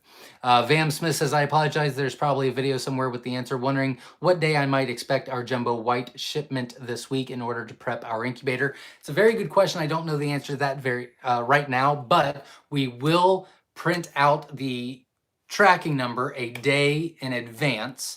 And we will email that to you. So you'll actually get the tracking number a day before we ship. And then it's usually 2 or 3 day shipping. So you'll have a 3 to 4 day window of knowing that they're coming, and then you can track the package the whole way. So we'll email you as soon as we know that the eggs will be ready that next day. So we know how many eggs we get a day, and then we do the math and we say, okay, well, these orders can go out tomorrow. And then Jenna prints the labels, brings them down. I make the foamers, make the boxes, and then the next day we collect the eggs, put them in the box, put the label on it, and they go. So you'll know a couple days in advance. Am I still that behind? Holy mother of God. Okay. JC says, can people pick up quail orders at your farm? Yes, you can. By appointment only. My phone number is on our website, myshirefarm.com. And I think Verna also put my phone number in the comments that you can write that down. And we do appointment only, and I can't do any farm pickups for the next 2 weeks. So because George, which is my help, he's my right hand here on the farm, he had COVID, and so his quarantine is off Tuesday, but we're going to keep it an extra 2 weeks just so we don't get anybody else sick and we don't have to worry about it. So for the next 2 weeks, there won't be any farm pickups. But yeah, usually there is, and we'll make sure that it's safe and everything like that. John is really excited about the tuxedo mix we won on the auction today. Wonderful. So thankful to Myshire for the opportunity to introduce quail to our family homestead. I'm so happy to hear that. Congratulations on the fantastic deal. I will get you out. Those I know go out Tuesday because I did the auction for them. And make sure you keep me posted on the hatch. But best of luck to you. Frank Kimball donated $10 for the 18 and under contest. Thank you very much. I truly appreciate it. Go Big 007 says, is there something about the roo gene that kills chicks? We experienced the lost deaths in the roos. No, I have never seen that before. Usually roos are the most, I wouldn't say the most. No. Most roos are very, very healthy. So no, it's not the roo gene that's the problem there. It's a good question, but that's not it. Because we hatch out a lot of roos. So we would know that.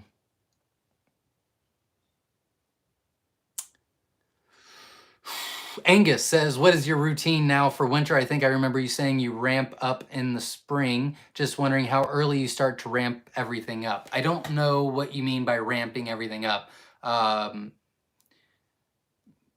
There's a couple things that we change during the winter rather than spring just because it's colder out. So, you know, the fan only goes for half the day. We have 2 major fans in there. One gets closed up for the winter and the other one just goes half the day. We keep the brooder room closed. We put the water and the feed closer to the heat lamp and things like that. But everything else pretty much stays the same for us. You just got to take care of them a little bit longer. You know, like winter, you got to make sure the water's not frozen, you know, things like that. But we really do everything the same, just more involved, not the same. That was a bad answer. I apologize, Angus. I think that's what you meant, but if you have a question and I didn't answer it, feel free to comment below and I will answer it better. I apologize. Jacob says, my gold collection from you lay larger eggs than my jumbo whites or jumbo wilds for some reason. Fed same food and are same age. That is a little interesting. Did you get the whites and the wilds from us as well?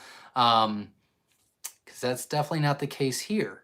So yeah, so the golds you got from us, did you get the whites and the wilds from us as well? That would be a good question.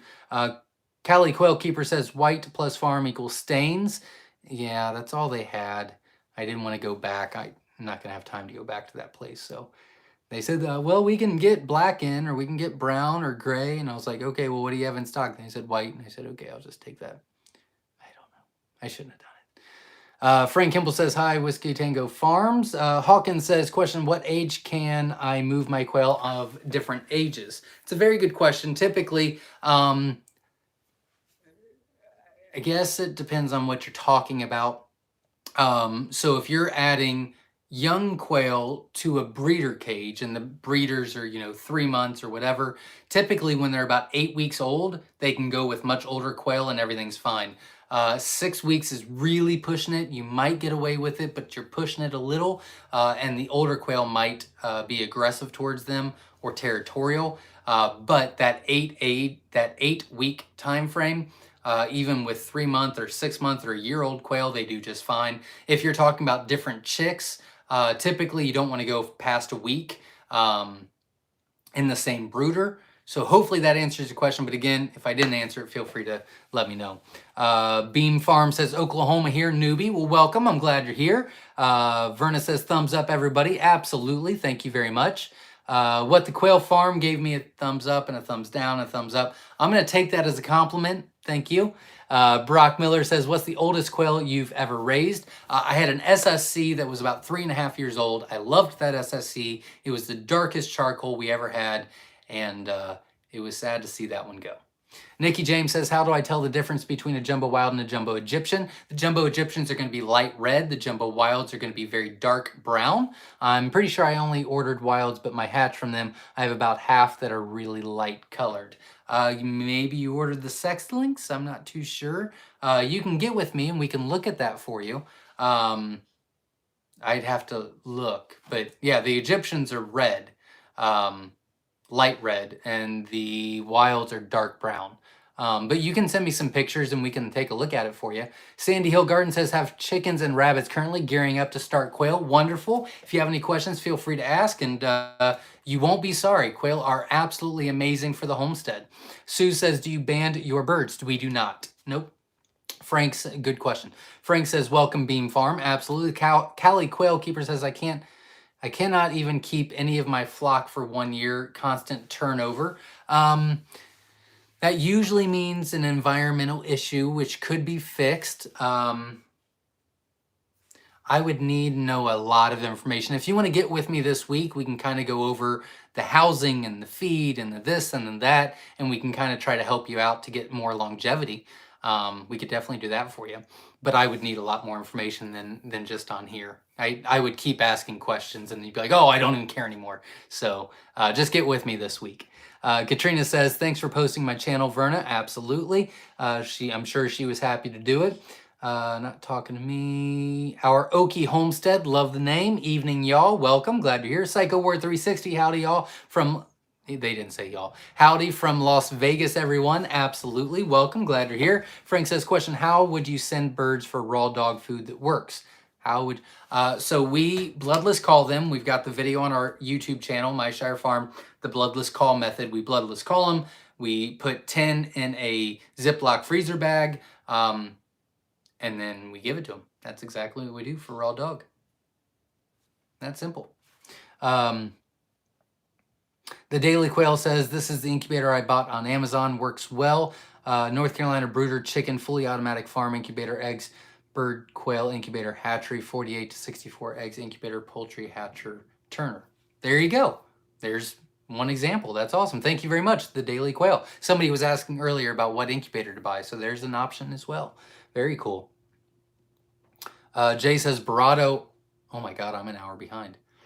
Okay, Jay says Barado incubators are highly rated. There you go. There's a good one. Thank you very much. Mere Core Acres Rick says, I had a Right farm 48 eggs for a couple of years and had nothing but problems with humidity. I picked up a Nurture Right 360 this spring and had great luck. There you go. That's great information. That's why I love the live feed. I know it goes really long. But we're going to do the Monday thing for just fast, quick answers. But I love that everybody helps out and people that have learned can share their information, which helps them and helps the people that are learning. I love the community. So thank you all for showing up. You guys are absolutely amazing. Okay, here we go. Found you guys at Living Traditions, Darren Potter. Well, thank you very much for watching. I appreciate it and giving us a chance. And hopefully you'll get into Quail. And if you have any questions, feel free to reach out or ask, and we'll be more than happy to help. Tim says, is it true quail lay on their side while sleeping?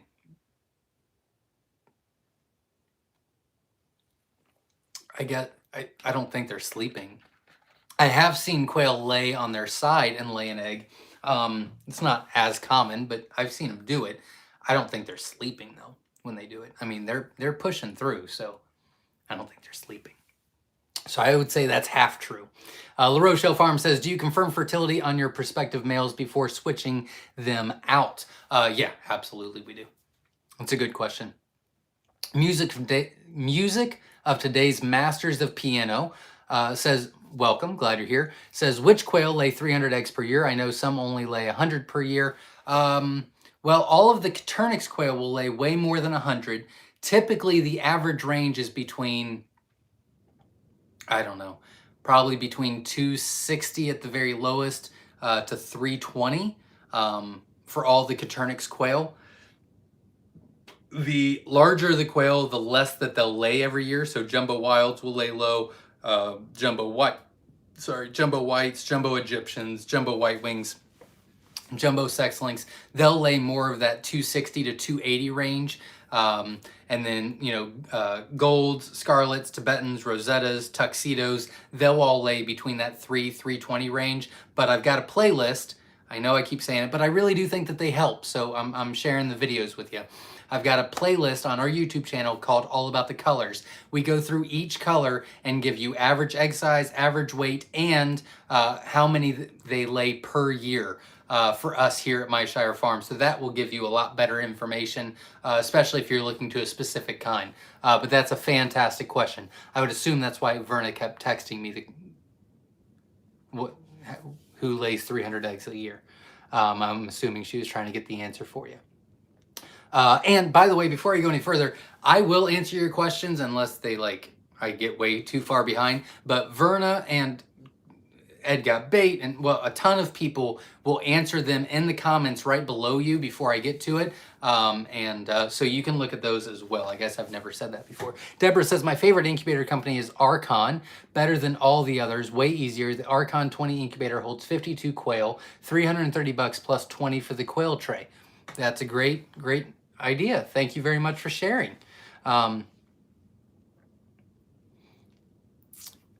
Kelly Connect from Feathered Connection says, hey, how's it going? Excited to be here. Just love my quail fam. It keeps me going. Hugs to you all. Well, welcome. Glad you're here, and thanks for showing up.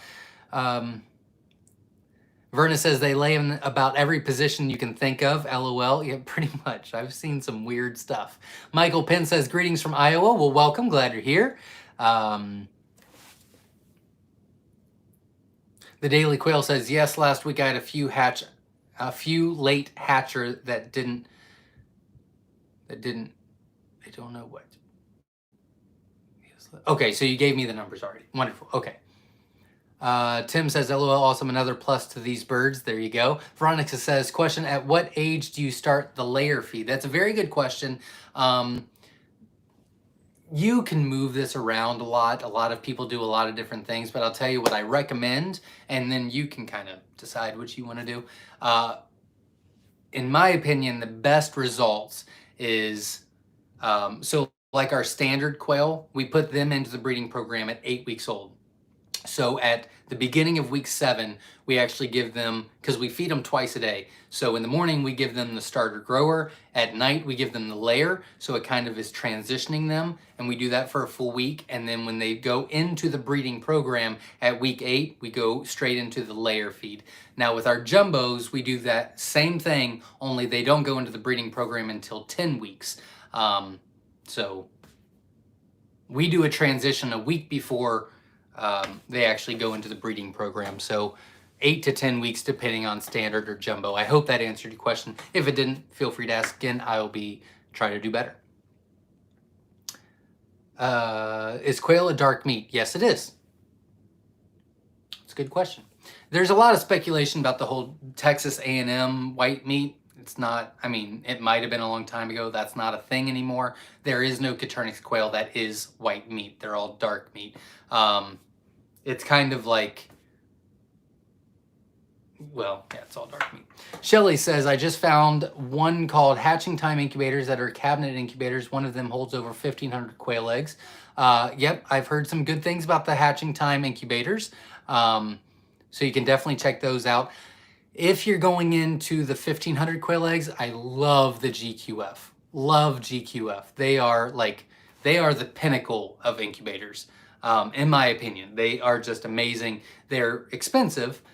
They hold a lot of eggs, but we have a hatcher and an incubator, and man, they're just awesome. They're just awesome. Our Okie Homestead says, cool, thanks. We talked about getting some to try the eggs. Maybe you weren't talking to me. Vam Smith says, at what age do you typically butcher male jumbos if your goal is meat? That's a very good question. I recommend 8 weeks. The reason I say that is because they become fully mature at 10, but the feed cost to meat ratio is really not worth it. So butchering at 8 weeks, you're still going to get a big size. And then you're not feeding and taking care of for the extra 2 weeks, and just the extra weight is not worth the cost and the time and the energy. So I like 8 weeks is what I like, but they are fully mature at 10, so you'll get maximum weight at 10 weeks. Israel's in the house. Hello, Zach from Puerto Rico. Welcome, glad you're here. Courtney Shore is in the house from Utah. Welcome, glad you're here. S. McKee is in the house. Just got here. Did I miss anything? Hope everyone is doing good. Thank you very much. And glad you're here. Welcome. And I don't think I said anything extremely enlightening tonight. Hawkins says, Smith, I found 6 to 10 is good for meat. There you go. Kaylee's Quail Farm says, question, when do you expect to have jumbo wild hatching eggs available again? They will be at the end of the first week of December. They'll be back on the website. So I'll be caught up on orders. We're actually putting in 1, 2, 3, 4, 5, so about 300. We're putting about 300 more jumbo breeders into the cages Tuesday. As soon as I get George back, I can't do it alone. It's too many of weighing and moving and checking, and I just can't do it all. So we have what we have, plus an extra 300, and then we have a lot more growing out. So hopefully I'll be able to get caught up and stay caught up. Dora says, what's the ratio of hens to roos? I recommend 5 hens to every 1 roo. You can do 4 to 1. I really like 5 to 1 for everybody, just because you're still going to have a very high fertility rate, and the hens won't be overstressed because the males they'll service 4 or 5 hens easily every day. I read a comment. I didn't mean to read that. Now I lost track. They'll take care of those hens every day. But if you do lesser than that, they'll overbreed your hens, and your hens will start looking pretty bad.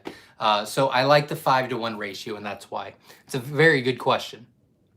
Alan says, how do you sex them? That's a very good question. We've got some videos on our YouTube channel. I know I keep saying it, about how to sex quail. There's 2 different types. There's feather sexable and there's Vince sexing.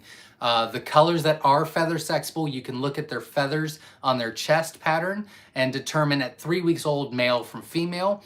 And then you've got ones that are not feather sexable, and you have to Vince sex at 6 to 8 weeks old.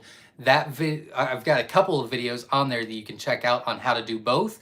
And then again, we have sex-link quail.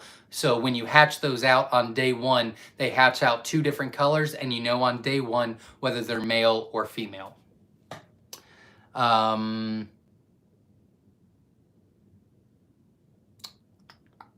Gerald says, howdy from Jacksonville, Florida. Welcome. Glad you're here. La Rochelle Farm says, what happened to your ninja skills? I don't know. I don't think I had any. I don't know what that means. Probably because I was getting too far behind. I apologize. Vams Smith says, thank you. Wasn't sure if you wait a little longer with the jumbos. Thankfully, by what you guys say, I can do a big butcher for all extra males at once. Absolutely. That's a great way to go. And again, if you have any questions, feel free to ask, and we're here to help. Cali Quail Keeper says we should call this show live with QuailCom. Community. There you go. Absolutely. Doris says, question, so only 5 hens and 1 rooster per cage, or am I missing something? No. So we have colony cages. So we've got over 16 males in each cage. So we have colony cages that have a ton of hens and a ton of males, but we follow a certain male to female ratio and a certain square footage. So you can do multiple. So, you can do 10 hens and 2 males, or 15 hens and 3 males, or you can do 5 and 1. It doesn't matter. That's a great question. I'm glad you got clarification on that. Simple Life By, I like the name, Simple Life By says, I have chickens now, but I'm limited on space. I've been researching about quail, but there's so much to learn. Absolutely, I understand that. Feel free to let me know if you have any questions. And quail are great. You got to try them. And I don't think you'll be disappointed. It really will help with the space. You can keep so many more in such a small space, and they're fantastic. But if you have any questions, feel free to ask. And again, I'm always available for you. Our Okie Homestead says, thank you all. Thank you for all the info. Absolutely. Thank you very much for asking. Sue says, do they eat fermented or grass? Yes, they do. They eat fermented feed. Grass they'll pick at, not really. They'll eat mealworms and soldier flies and fruits and veggies, and yeah, they're really not that picky. They'll pretty much, they love food. They just love food, especially the jumbos. McLeod Family Farm says, I forgot to mention that the 120 eggs I won at auction hatched out. 100 went into lockdown, 75 hatched out from that. Still have issues with the incubator, so I'm looking into building one. Well, that's still not a bad hatch, much better than before, so congratulations. 75 out of 120. If you're still on McLeod Family Farm, if you could let me know what you hatched out so I can mark the records, I greatly appreciate it, but I do have your numbers, so thank you for letting me know. Gotta run. Y'all have a good night. Well, thank you very much, our Okie Homestead. Thanks for showing up. I really appreciate it. And hit the like button, support the channel. I'd greatly appreciate it. Let's see. Sue says, what is max male and females per cage? You can do whatever you want. Yeah, as long as they're around 3 to 3.5 quail per square foot, you could have a 50-foot cage and put 150 in there. They'll do just fine. You'll need multiple feeders and waters, but yeah, I mean, there's people that have aviaries that have thousands of quail. One of those huge aviaries, they have thousands of quail in there, and they do just fine. I won't say the name. I was going to say who has thousands of quail in an aviary, but I don't think he wants people to know. Bobby Turner's in the house. Good morning, all. Well, welcome. Glad you're here. What do I keep seeing here? Asmon, I hope I said that correctly, says, question, I use a heat plate in the brooder. Okay, how much light do you think they would need for proper growth and health? Also, it is very dark in my shed. That's a very good question. And I have not done the research on that because we've always used heat lamps. We did do the infrared heat lamps compared to the regular heat lamps, and we saw no change in growth or feed or health or anything. We didn't see anything like that. But I've not seen about the feed. I know, or the no light. I know that if they don't have light, it'll take them longer to mature, but I've not done the research on that. If you just have like a overhead light switch and maybe keep that on, I don't know. I don't think they need a lot, but I don't have the research on it, but I will start doing that research and let you know. I can definitely try that in one of the brooders. No light to light in chicks. What? I will start researching that and give you a much better answer, but I would say they probably only need 6 to 8 a day. But I'm not too sure. I need to do the research before I answer that, actually.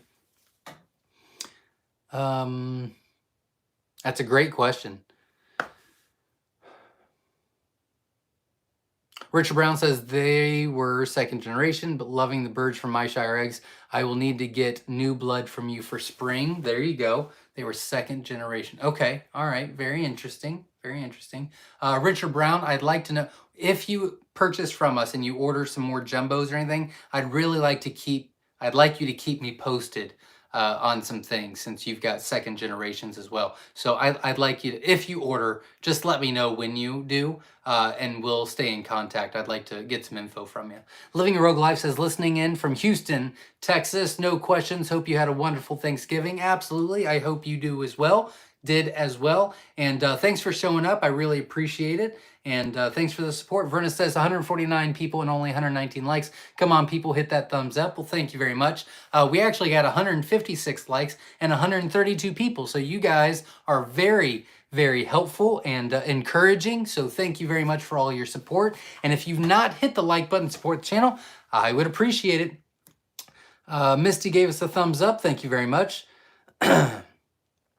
Joan is in the house. I just hit the like. Here late from Southern Arizona. Well, welcome. I'm glad you're here. Thank you very much. Sue says, question, well, let's say jumbo browns breed with another kind. Yep, they all get along just fine. You can put them all together. Sometimes the whites will get beat up on. There's something that the colors don't like about the whites, but it's not that much. But yeah, all the colors can intermingle. We've got about 4 or 5 cages out there that are mixed colors for our variety choice eggs. And yeah, they do just fine. No difference in production, no difference in aggression, no difference in death. They do just fine. Or you can keep them separate, and we do that as well. Carrie says it's okay. Oh, not talking to me. Marilyn Ruttenberg donated $10 to the channel. Thank you very much for your support. I truly appreciate you. Asmon says, I live in Florida. Order some eggs at a 52% hatch rate. Thank you. This is week 8 and are doing great. Well, wonderful. Congratulations. Asmon, if you're still on, did you let me know your hatch rate already? Because if you didn't, I will write that down. If you did, then I won't write it down. But if you're still on, let me know if you already told me if they were from us. I guess you didn't clarify if they were from us, and what they were. And I will definitely keep that down for my records. Going forward, every time we hatch out, we're actually going to be sending one of these. And it is a magnet, which is super cool. My wife, Jenna, which is the founder of Myshire Farm, came up with this. And it's a hatching helper. So the date I collect them is the day I put here. It says date laid, and then date set you'll put in. And then lockdown day, you'll put the date there. And then the hatch day, so you don't forget. And then it says, would love to hear how it went. Report hatch results or questions to Zach@myshirefarm.com, which is kind of cool. I kind of wish you would have done my phone number instead, because I hate emails. But now that I think about it, I think that's probably because she's going to get less emails now. She's very tricky, that one. I see what she did there. I just noticed a month later. God, she's smarter than me. Jacob says they are pecking the scalps of males and females, both of my replacements, till they expose the skull and neck to the spine, killing them. They are all jumbo wiles, not breeding, and usually the first night. Very interesting. All right, so what I would do, Jacob, hopefully you're still on. What I would do is I would actually take your older quail out.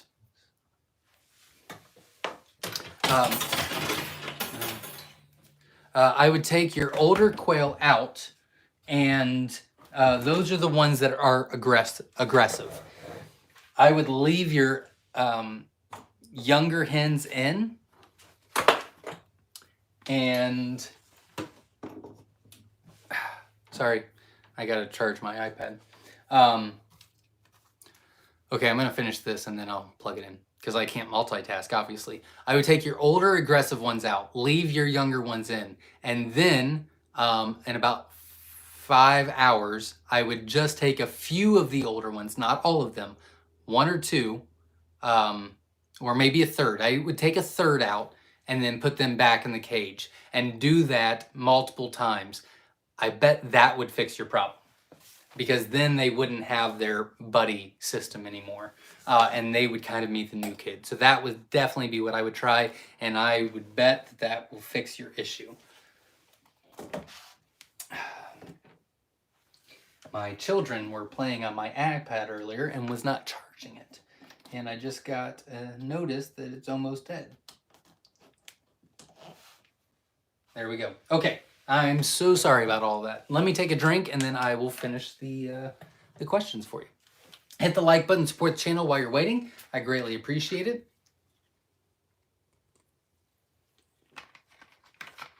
Had to unplug my cool light that Whiskey Tango Farms bought me. I was doing YouTube lives before it got too cold outside, and then the lives just kept going longer and longer, and then it was getting really, really dark. And so they brought me that. So I use it in here because you can see the light difference, but I only got 2 plugs. I guess I could have done that. Let's do that. Why? I bet this light will be better than that light. I think it is. Okay, here we go. I'm so sorry about all the delays. Deronda Livingston says, "LOL, I'm going to help you out just a little." Deronda, LOL. Yeah, I think I keep saying it wrong. I'm really sorry. I apologize. Michael Bell says, "Wanting to put quail cage in my backyard, but I have a bigger sized dog that goes out to use the bathroom. I'm sure the dog will bark at the cage every time he goes out 3 times a day. Will this stress the quail?" Nope, they'll do just fine.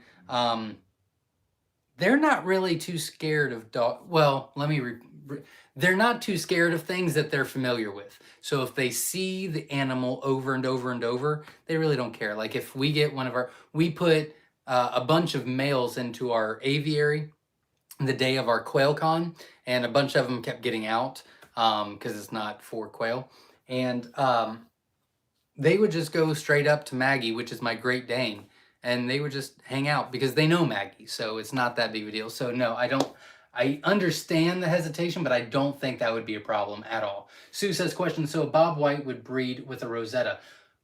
Well, that's a great question. So Bob Whites are different than Coturnix. A Rosetta is a Coturnix. A Bob White's Bob White, right? They will breed together, yes. But their babies that they hatch out are mules. They are infertile. So that's a great question. So they can breed together and you can get one hatch out of it, but the ones that hatch out of that will not be able to, they'll be sterile. Very good question. Jacob says, "I'll message on Facebook Messenger this week so I'm not limited to a certain number of letters. Thanks and happy Thanksgiving, y'all." Well, not a problem. And yeah, Jacob, if you're still there, I would definitely try that first and let me know if that works. But keep me posted for sure. They do not allow it in I haven't tried a marketplace for a long time. It's a good question.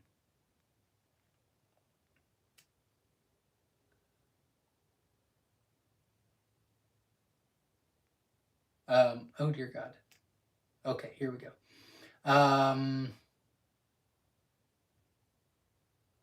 Good Honest Living says, "I just ordered my breeding station from Hatching Time and bought the incubator that Kevin from Living Traditions Homestead recommended. Bringing quail to Canada." Very cool. That's awesome. Best of luck to you.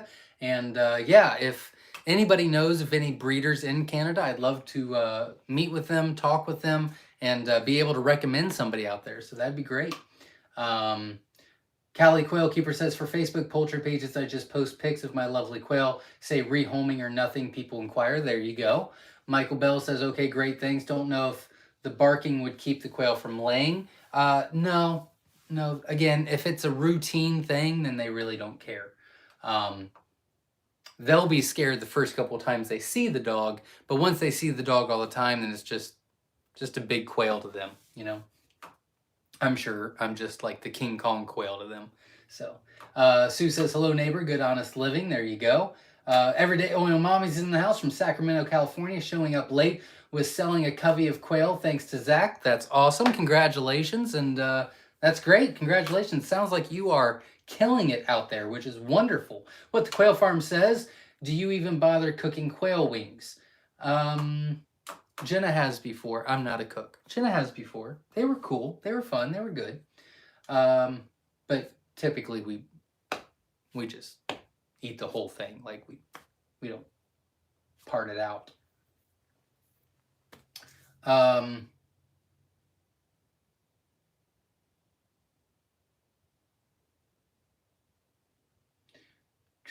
Myshire says, question, would you consider doing color identification chart and quail part identification chart posters with your quail? There are always so many chicken ones, never any quail ones. That's a good idea.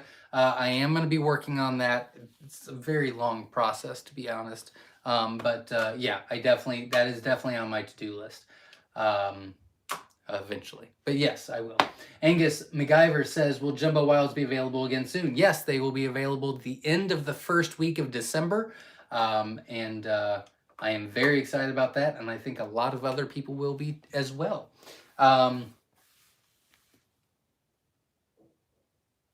Oh, sorry, Sue. That sounds delicious as well. The cheese curds and gravy. That sounds. I'm more interested in the beer, to be honest with you, right now. But once I've got 1 or 2 beers in me, those fries with cheese curds and gravy, it's probably going to be delicious.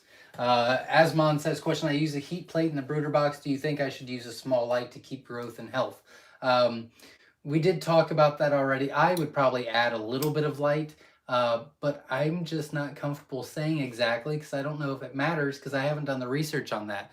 So I will start doing research on that and have a better answer for you in a few weeks. Sharon Caudill's in the house. Oh, Sharon Caudill donated $10. Thank you very much. I really appreciate your support. From New Mexico, well, welcome. I'm glad you're here. Adam Morris says, hey, from Churchill, Montebo, Canada, currently -17 Celsius. Want some snow? I'd rather not. I'm not a huge fan of the snow. I don't really even like the cold, but it does happen every year, so I know it's happening. But that's pretty cold. A lot of Canadians tonight, so welcome all. That is super cool. I'm glad you're all here. Kaylee's Quail Farm says, has anyone seen or heard of an online locator of quail breeders or quail farms? It's a good question. What is that website? Oh, crap. It's MM Quail Farm, or MM Quail. I believe they have a website that has a map of all the quail breeders or something like that. I've only been on there once. I'm not too sure. And then there's us. I mean, you can always check us out. Let's see. Iron Leather Wood says, newbie here, what is your recommendation for eggs and meat? That is a great question. One that I get quite a bit. So any of the jumbos will work great for eggs and meat. So the Jumbo Wilds are the absolute largest in meat. The Jumbo Whites are the absolute largest in egg size, and they are a very large quail, but they are not feather sexable, and the Wilds are. The Jumbo Egyptians are a little bit smaller of an egg. They are feather sexable. They're still a nice size, and they carry the Roux gene. So if you want to get into colors later or make sex links or something like that, they're definitely a need for those. And then the Jumbo White Wings are jumbo size, again, a little bit smaller, but jumbo size. And they are feather sexable, but they're just kind of a unique color.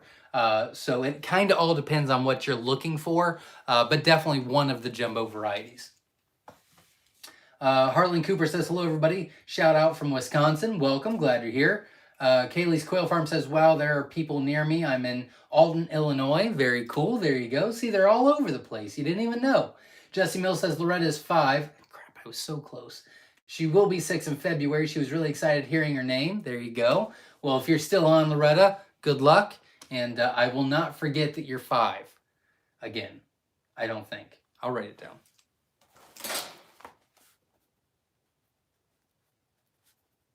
I'll keep that in my notes. Do birds eat less and higher protein?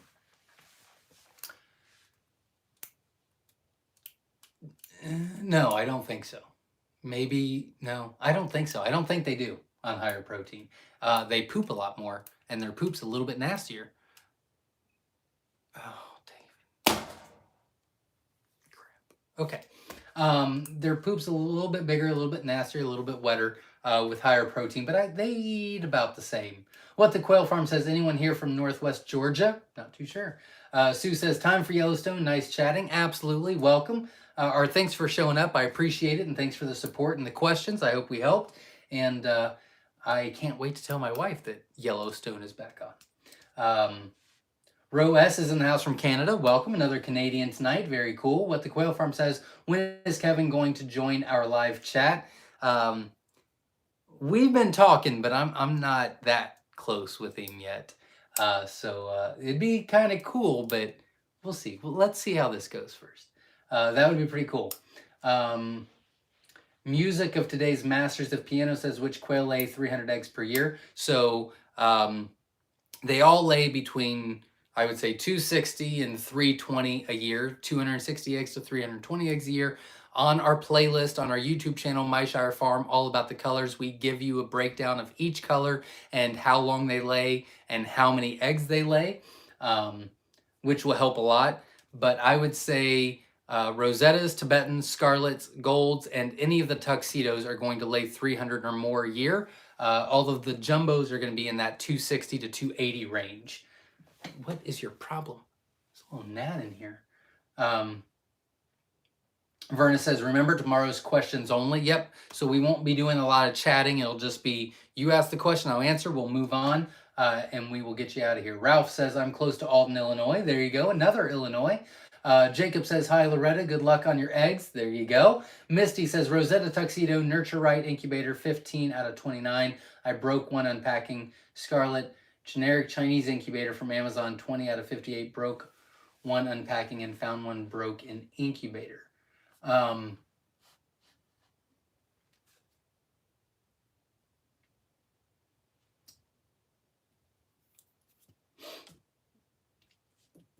We had some humidity issues with both incubators. Misty, if those eggs were from us, even with the crappy, I don't want to say crappy, the generic Chinese incubator, and even with having humidity issues, we still guarantee the 50% hatch rate. So I'd like you to contact me this week, text me, and we will try to work on your incubators and maybe try to help you fix them.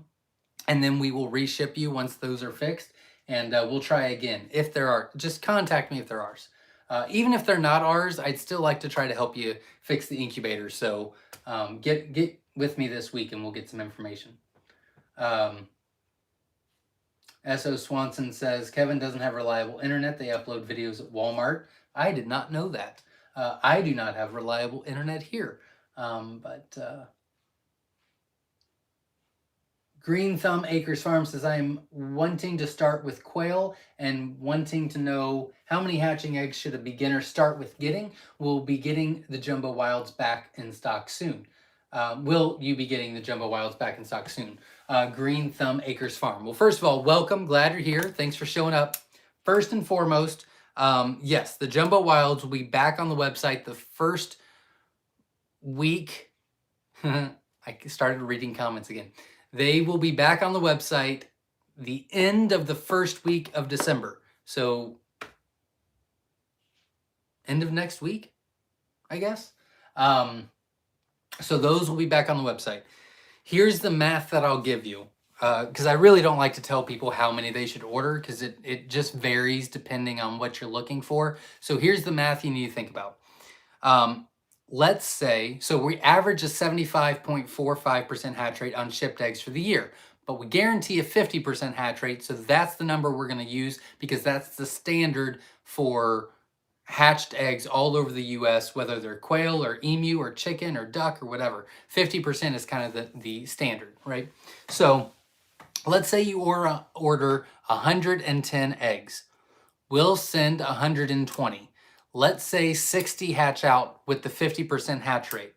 Out of those 60, on average, 30 of those are going to be males, 30 of those are going to be hens.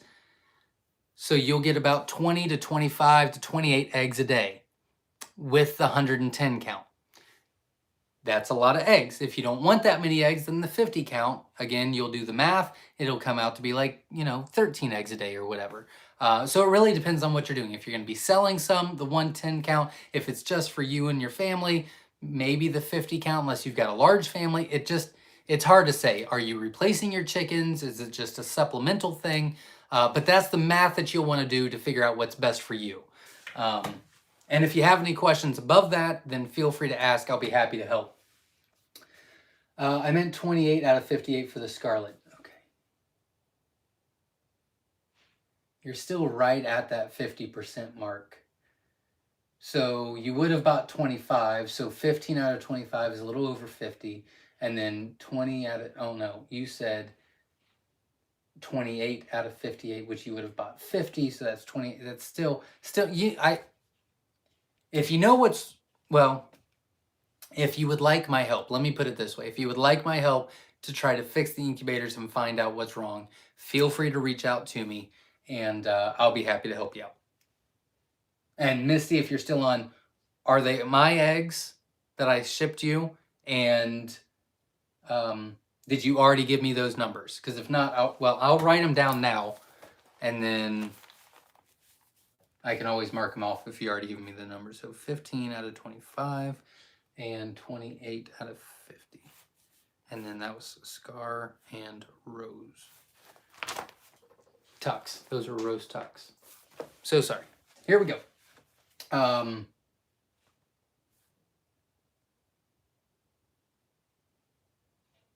Lost my spot. Music of Today's Masters of Piano said thank you. Not a problem. Thank you, Verna. Yep, she isn't Verna and Ed Got Bait. Absolutely amazing. I mean, Verna is just, she's the best. Myron, I hope I said that correctly. Hello from Wisconsin. Welcome. I'm glad you're here. What the Quail Farm says. What the Quail Farm says. Hello. Donna says, do you use chinchilla dust? I do not. We use regular sand. We use regular sand and a little bit of DE is what we use. Verna says, thumbs up, everyone. Absolutely. Support the channel by doing so. Simple Life By says, how do you wash the eggs? That's a good question. Really what you can do is just put them in a basket, fill up the sink with water, put them in the water and kind of twist the basket a little bit. There's more advanced ways to do it, but this works just as well. Kind of swish them around a little bit in the water, bring them up, and just let them sit there for a minute. Take them out individually and just let them air dry 5 minutes, and you're good to go. Jennifer says, I had my first hatch sprint this year. Have my first bird. Looks neurological. Not sure what is up with Big Mama, but she seems to be doing better. Can you do some clips on basic quail care? That's a good idea. I'll be happy to try to do that. Jennifer Myers. And that was...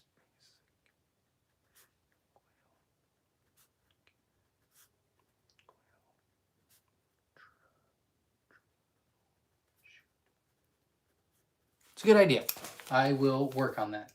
Harlan Cooper says, question, is it normal for jumbo white chicks to go into a molt and lose their yellow dawn before they're week old? Actually, within 3 days of hatch, I thought we must have done something wrong.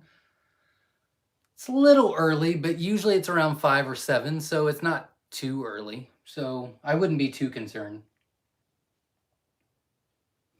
Misty says, we use Quikrete all-purpose sand for our adult quail. They love it. Yep, that's what we use as well. Play sand works just as well. I use the cheapest sand I can find. They love it. They're not picky. Katrina says, I use play sand from Lowe's. There you go. Confused donated $20. Thank you very much. I appreciate your support. Katrina says, hi, I have project tool piles. I know certain tools are in that pile until the project is done. That's not a bad idea. I just guess I'm just not disciplined to do it. I just always forget. I lost 2 bags of candy and can't find it at all.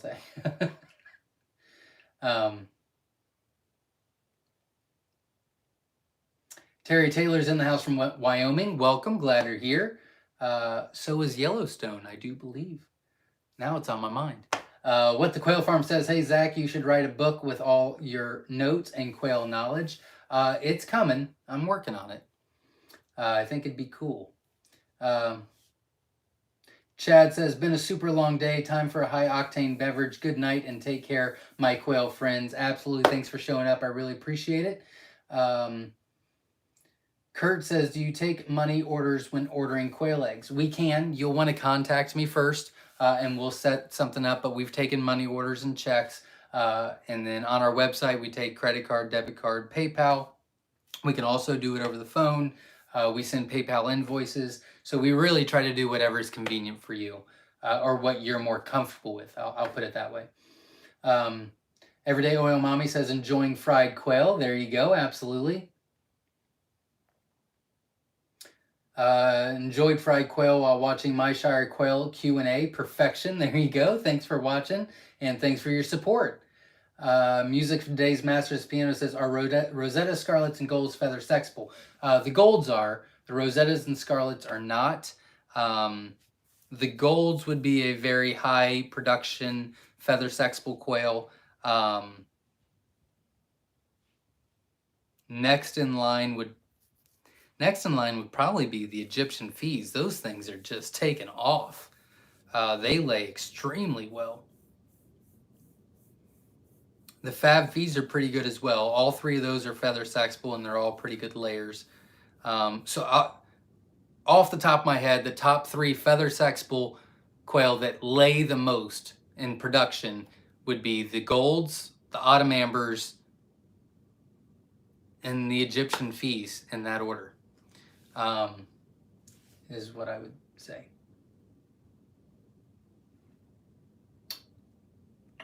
Dora says, after receiving eggs in the mail, is there a time frame eggs have to sit before putting in the incubator? That's a very good question.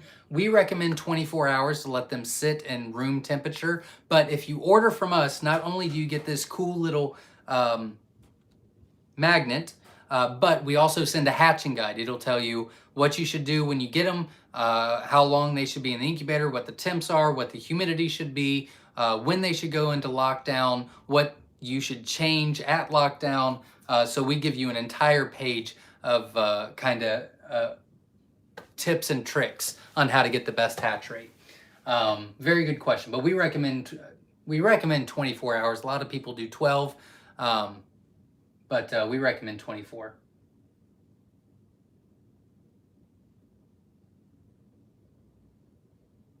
Dora says, okay, great, thank you for taking the time to answer my questions, Verna. I'm sure she's more than happy to do it. Carrie says, Zach sends very detailed instructions with each order. Myshire Farm goes above and beyond to help every customer succeed. I won't order from anyone else. Thank you very much. I really appreciate that. S. McKee says, I have two small white roosters that are very aggressive and one light brown, larger rooster that is very timid. Why such a wide behavior range? I don't think that's normal. Usually the white ones are not very aggressive at all. They're very laid back. Usually they're more timid. The wilds are, I wouldn't say they're aggressive, but they are more confrontational, I guess you could say. I think that's just the luck of the draw, is what I think. Is that Zach? Oh, I hope I didn't freeze up. What the Quail Farm says, Doris, make sure you make sure you let your eggs sit for the day, pointy side down. There you go, absolutely. Callie Quail Keeper says, yes, preparing for shipment tonight. Thanks as always, absolutely.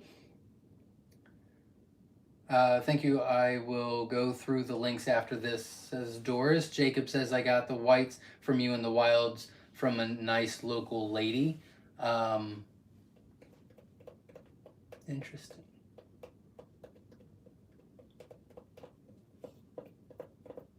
Very interesting, Jacob. Callie Quail Keeper says, luckily my local post office is accustomed to shipping live ducks and chickens in good hands. There you go.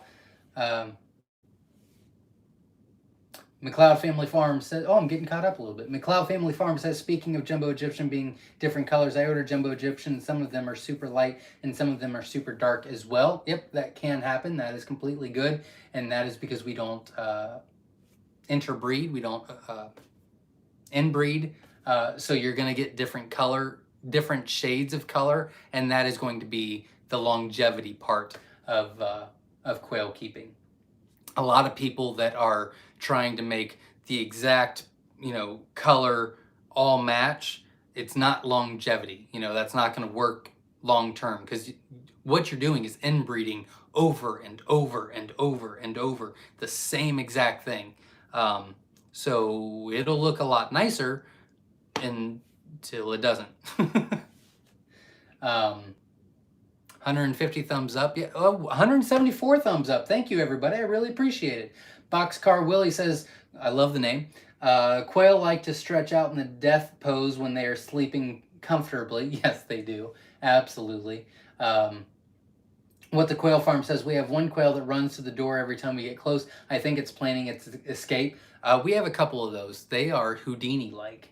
Boxcar Willie says, I like to start mine on layer feed when they start laying. There you go. Adam says, I can't seem to get the ad on for the Nurture 360. Would it be okay to double up the eggs, or should I keep it to individual eggs in each compartment?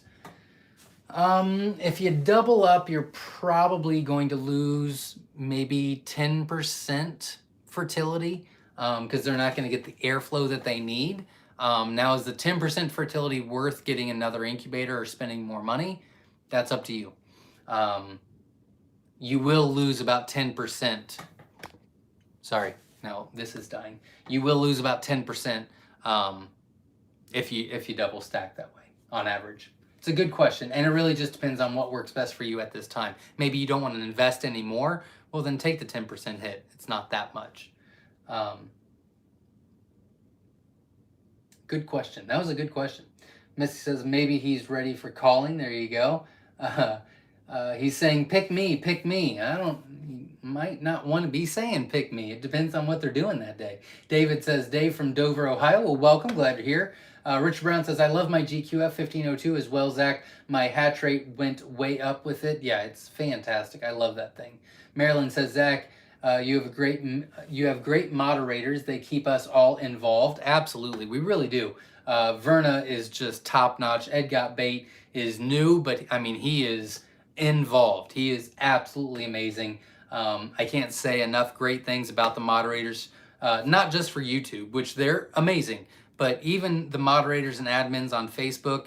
I mean, I won't say all their names again because there's a lot of them, but from every group, they are just fantastic. I couldn't do it without them, and they are a big part on why the quail community is growing. I really do believe that. I lost my spot. Quail kebabs, there you go. 19 hatch from 25, ordered 76% 3 weeks ago. Thank you for letting me know. If you're still on Wex Stewart, if you could let me know what kind you ordered, I would greatly appreciate it. But I like those numbers, so congratulations on that. 76% all the way. Oh, you already did, Jumbo Wilds. Thank you. Awesome, great hatch rate, congratulations. Harlan says, FYI, we get our layer feed and wild bird feed at Walmart. This is the same feed Fleet Farm carries, but a few bucks cheaper. Good to know, there you go.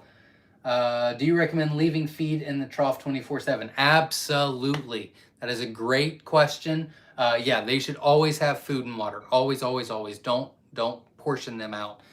You'll start getting aggressors. You'll start getting some that will take 3 times the feed and other ones that will starve themselves to death. You always want to make sure feed is in there. That's a great, great question. I'm glad you asked. Everyday Oil Mommy says at least 3 of my 6-month-old quail roosters appear to be very swollen where you would press him to move his gender. No discolor, just shockingly inflated. What is that? And do I need to help them? Nope, they grow in time. So that's completely normal. It's fine.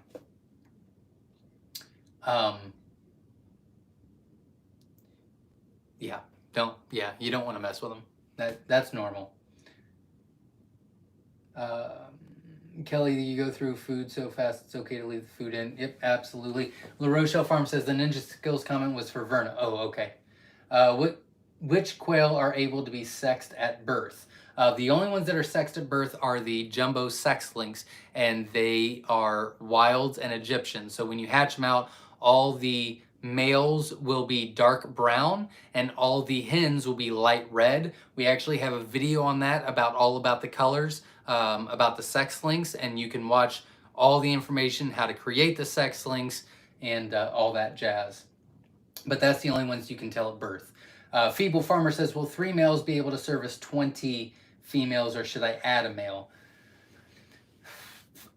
You'll probably, if I had to guess, probably be at around a 70%, 65 to 70% fertility rate.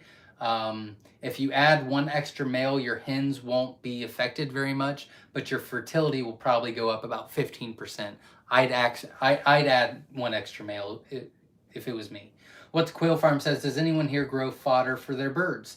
That's a great question. Someone asked that, and I gave the wrong response last week. I think I wrote it down. Check Slightly Redneck. I think he has a video about fodder. I think. Check the YouTube channel Slightly Redneck. PJ Homestead says, what quail from your website would you recommend this?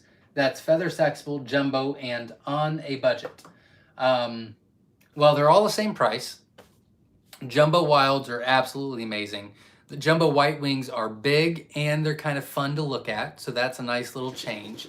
And the jumbo Egyptians are big and feather sexable, and they carry the Roo gene, which means down the road you can create sex links, you can create scarlets, you can create autumn ambers, you can create scarlet fees, you can create all kinds of fun stuff. So with the Roo gene, you can create a whole lot of different colors, which is also another benefit. But they're all 70 cents each, so they're not that much of eggs per egg. They're 70 cents per egg plus shipping. So it really just depends on what you want to do. Those are a couple thoughts, though. McLeod Family Farm says they were the 120 jumbo Egyptian. Oh, 75 out of 120. Okay. Thank you very much for letting me know. Thanks for still being here. Really cool.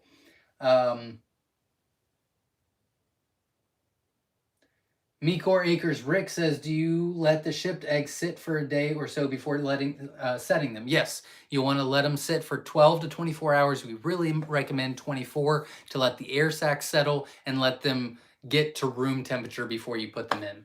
But again, if you order from us, we'll be sending you a hatching guide that goes through all of that to help you on your journey as well. We also have a YouTube playlist called The Hatching Process, and it goes through step by step on best results to get when you hatch quail. Marilyn says, my birds hate fermented feed and avoid it. Next time I'm going to start the chicks on it instead of introducing it later. Good idea. There you go. Good to know. Katrina says, mine eat lots of leaves. Been giving them zucchini, comfrey, and I don't know the last one, leaves. They love it. Whatever you give them, make sure it is either small enough to eat or large enough to rip apart. Good info. S. McKee says, Asmon, you were asking about the light because you're using a heat plate. I use a heat plate and a 40-watt LED and haven't had any problems. So there you go. There's some information for you. PJ Homestead says, how many eggs would you recommend to buy at a time if I am just starting a small flock homestead level? It's a very good question. So I'll go through it. I've actually answered this 3 times because this is a very popular question, which is a great question. So I don't mind re-answering it. It's completely fine. I can't tell you exactly what you should order, but I can tell you the thought process of what you need to do that. So with that being said, we average a 75.45% hatch rate, but we guarantee a 50% hatch rate, and that is kind of the standard in the US for shipped eggs, and that's quail eggs, duck eggs, chicken eggs, goose eggs, emu eggs, whatever.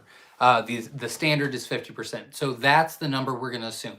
So if you order 110 eggs, we'll send 120 because we always send extra. Out of that 120, with the 50% off, or the 50% hatch rate, we're going to say 60 hatch. I hope you get more. And you should, because we're averaging much higher than that. But we're going to say 60. Out of those 60, 30 of those will be male on average. Now, it'll vary, but that's on average, it's about 50-50 when they hatch out, which gives you 30 hens. So out of those 30 hens, that'll give you around 20 to 25 to 28 eggs a day. So if that's too many, then a 50 count would be just fine. If that's just enough, then that's perfect. But that's kind of the mindset that you want, you know. Is it supplementing? Are you adding it? Are you getting rid of your chickens? Do you have a large family? Are you going to sell some on the side? I mean, there's just a lot of factors. So I hate to say this is what you should order, but that's the mindset and the thought process you need behind it. Hopefully that will help you decide what works best for you and your homestead and your family. Again, if you will be so kind to support our channel by hitting the like button, I would greatly appreciate it. Thank you.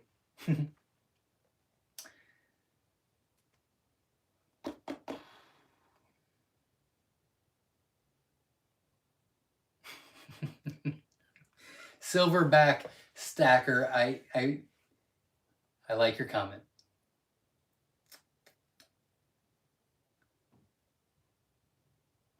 Asmon, 52% hatch rate on for jumbo wilds. I live in Florida. Excellent. Thank you very much.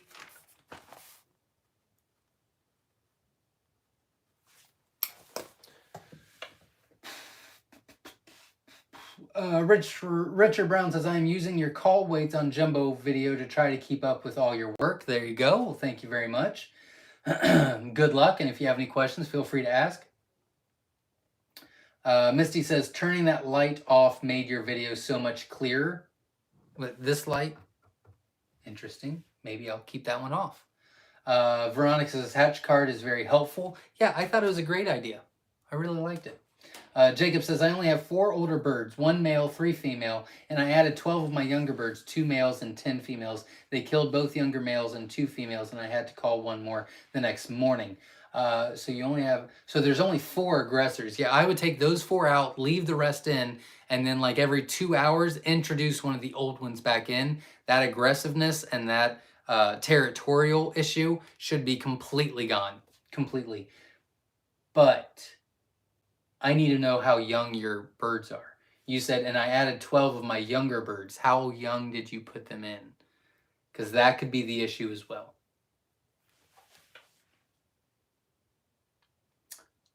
Misty, we're gonna work on it. It's been a long week, but yes, we're gonna try to improve every week. That's the goal. Simple Life By says, question, I know you only wash eggs, but how do you wash? I know you only wash eating eggs, but how do you wash them? Got it. So you can do, like we made a bubbler, which is pretty cool. You can even buy a bubbler.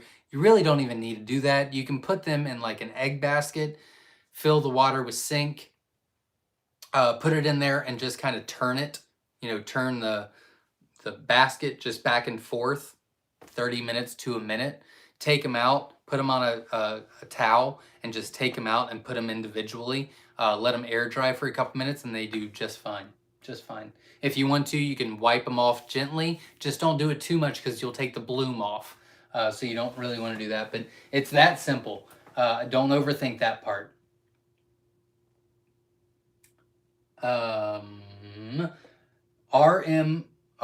R Mojo 23, I hope I said that correctly. We live in Wisconsin. Should we wait to start our quail operation till spring? It really depends. It's up to you whenever you're comfortable doing it. If you want to wait till spring, you absolutely can. We'll be more than happy to help you then. If you're ready now, then we still guarantee the 50% hatch rate. We're still averaging a 74.45% hatch rate. It might have dropped maybe 0.01% with a lot of 50-60% hatch rates tonight, but we're still getting good hatch rates. So it really just depends on when you're ready, but we're here whenever you are, so no pressure. Feeble Farmer says, take your wing drummies and peel the meat to the fat end, marinate or bread, season and cook. Voila, quail poppers. It's a great idea. It's a great idea. Roa says, Essex County Quail and Poultry Hatchery, Ontario, Canada.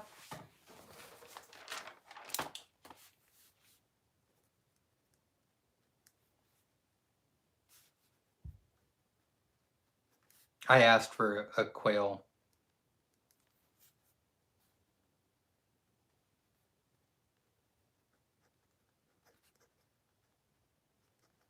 Great. Roes, if you're still on, if you want to contact me this week, I'd love to talk to you about being able to recommend somebody in Canada for all of our Canadian viewers. Vams Smith says, with dark happening at 5 p.m. now outside, our male Coturnix put outside at 5 weeks. No additional light took until 9 weeks to start producing kidney discharge, yet 3 of the hens started laying at 5 weeks. The males will definitely take longer, absolutely, with that. Yeah, that makes sense, but it's still weird. I get it. Linda Smith says, finally made it from California. Well, welcome. I'm glad you're here. Thanks for showing up. I appreciate it. Kurt Carlson says, if you ever tried breeding a black quail. So in the States, as far as I know, unless it was imported illegally, the black quail is actually a Graufi, and a Graufi is a Tibetan with the Phi gene, which makes it a little bit darker. Now, we've taken that and we actually use Rosetta instead to make it really unique markings. So you can do that, and you can make it fairly easy by putting a Tibetan with a Phi and then just breed that a couple generations together, and you've got the black. Leah R. is in the house from St. Louis, Missouri. Welcome, glad you're here. James says, Zach, there's a Facebook page called Canadian Coturnix Quail Breeders. They should be able to supply a list. Very, very good idea. I did forget about that group. Thanks for letting me know. Sean, who was that? James? Thank you very much, James. Sean says, when do you find time to relax or take a vacation? You're the hardest working guy I've seen on YouTube. You know, we really do believe that this is a lifestyle. So we did take a vacation earlier this year. Luckily, I've got George and Pop the Builder was here. But no, this is a 7-day week, 10, 12, 16, 18-hour days. And that's just the quail, you know? So, but this is the life we chose. I still get to have breakfast, lunch, and dinner with my kids and my wife. I still get, you know, downtime. You know, I'm here. And I'm a workaholic anyway, so if I didn't do this, I'd be working somewhere else this much. I did, and I missed so much, and I don't want to do it anymore. I don't want to miss it. So I don't. I'm here. So anything that happens, I'm aware of. I mean, I went years without knowing what was going on because I was just never here. I was just always working. I grew up, and I was raised to, you know, you provide for your family. That's your job. You provide. And the older I got, I realized that is 100% true. I agree with that 1,000,000,000%. But you provide for them in more than one way. You do provide for them financially, but you also provide for them by being there. And there's got to be that balance. And this is my balance. So, you know, I can always take a break. I can make my own hours, and we do. But yeah, I get to take my kids to lessons, and I get to, you know, there was so many years when I worked in retail that I didn't have Thanksgiving or Christmas Eve, or, I mean, I was gone. I mean, that was my busy time. So thanks. I appreciate it. We try to work hard. Katrina says, Living Traditions now has good internet. They made a video about it a while ago. Interesting. Very good. Leah R. says, I can't see the comments for some reason. What's the name of the quail farm in Alden, Illinois? I do not know. I'm sorry. Maybe they'll Kaylee's Quail Farm. Thank you very much.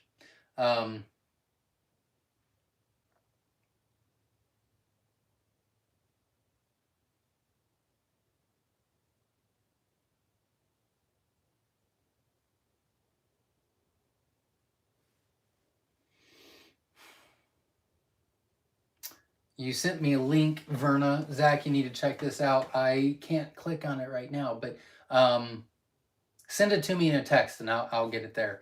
Jeb Outdoors says, hello, Zach. If you know anyone in South Carolina that has quail farm, I could go see and get some ideas on how to build me a little farm.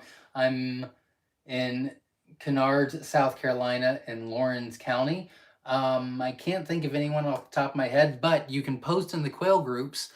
Quail for Profit, Newbie Quail Lovers, Quail Call, and find out anyone that is around you, and maybe you guys can team up and try to figure out what works best. I'm a little hesitant on recommending people that I have not seen.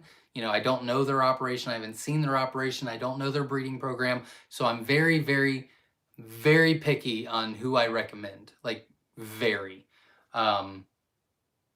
For that reason. So I'm not, you know, I try to share information about a lot of people, but it's hard for me to actually recommend people. As I have been burned before by trying to be nice and recommend people and then turn out that they were not doing things right. So Miss Carmen says, I have one rooster with 3 hens. After changing to lower protein, he started pecking at their faces. Are all roosters this nasty? You would, yeah. So 3 is not going to be enough. Oops.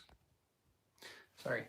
3 is not going to be enough females for him. So he is going to be overly aggressive with the, what's the word I'm looking for? With the fertility. So I would recommend, of course, I would recommend 2 more hens, and that should fix the issue right there. I was on my phone all day, so that's my fault, which means I need to turn this back on. I'm sorry. I usually have everything plugged in, but oh, I guess I got. Dear Lord, I'm so sorry. Give me just a second. I'll get this caught up. Why do I feel so cramped in this corner? What is going on? All right, so I got to turn that off. Got to turn that off. Got to plug this in. I at least have all the charges, so that's not too bad. I need to check to make sure it's charging. There we go. Okay, here we go. And this should be enough till we're done. Let's see, 9:30. Okay, so I'm almost caught up anyway. I would add 2 extra hens to your order, or to your cage, and that should fix the entire issue. Yusuf is in the house. Hello, I'm very late. That is okay. Glad you're here. And Yusuf, next week is the 18 and under contest winner announcement next Sunday. So good luck to you. I know he's entered the contest. So best of luck to you.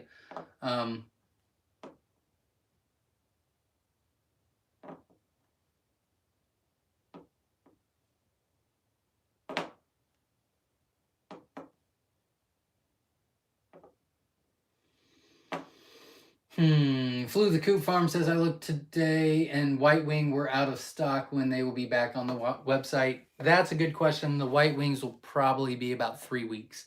I need to add an extra like 3 cages before spring. So I will be, yeah. So we've got some orders I got to get out this week, get caught up with that. Some at the beginning of next week as I'm that behind. And then the next 2 or 3 weeks, I'm putting all the eggs in to increase production on those. But the Jumbo Wilds will be back on the website the end of the first week of December. I'm assuming the end of next week, but I guess I didn't look at the calendar.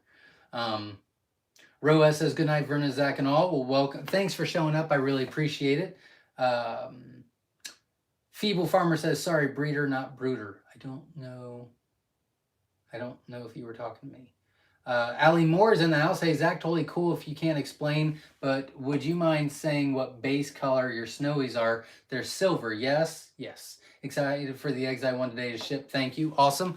So yeah, we got snowies by taking SSCs and putting them with the GPCs. The SSC stands for the Schofield Silver Collection. The GPC stands for the German Pastel. Forgot where was it? The German Pastel Collection. So there's 2 different collections. The SSCs are obviously all silvers. The GPCs, they're German pastels, but they carry the Phi gene. And the Phi gene is a diluter in quail color. So we actually cross those together in a certain way. We started getting this cool silvery Phi color, and then we started working on that. So that's how we got it. That's the short story of how we got it. That took a long time. I think that was like 2.5 years project to finally get the snowies.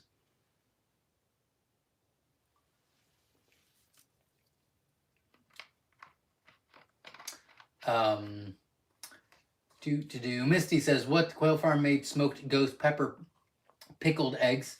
Whew. 2 weeks ago. I'm going to try to say that again even faster. Are you ready?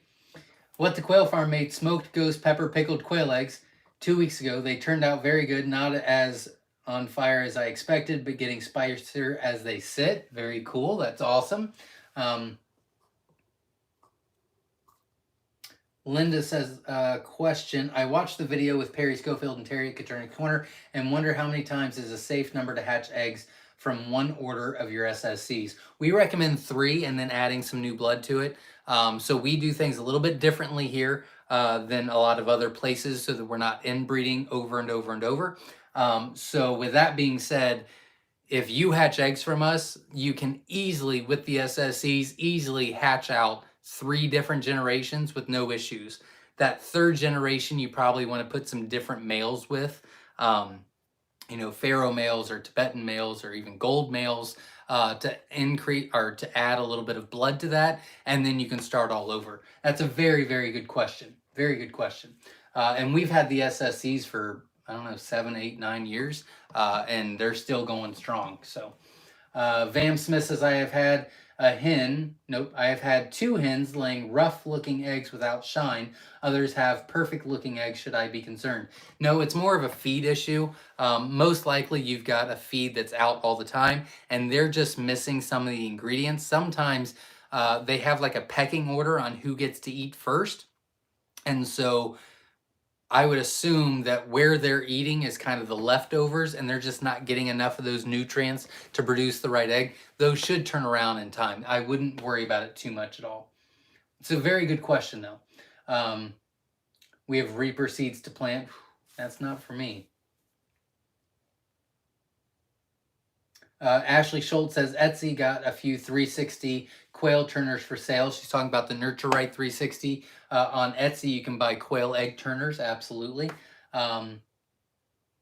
In fact, there was,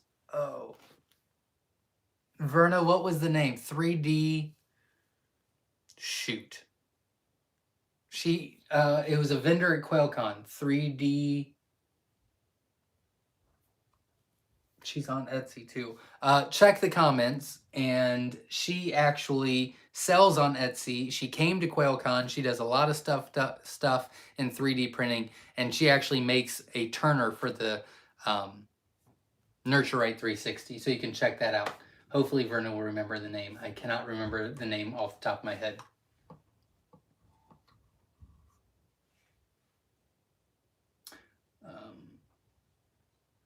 That is correct. The eggs are fine to eat, and they should still be fine to incubate as well.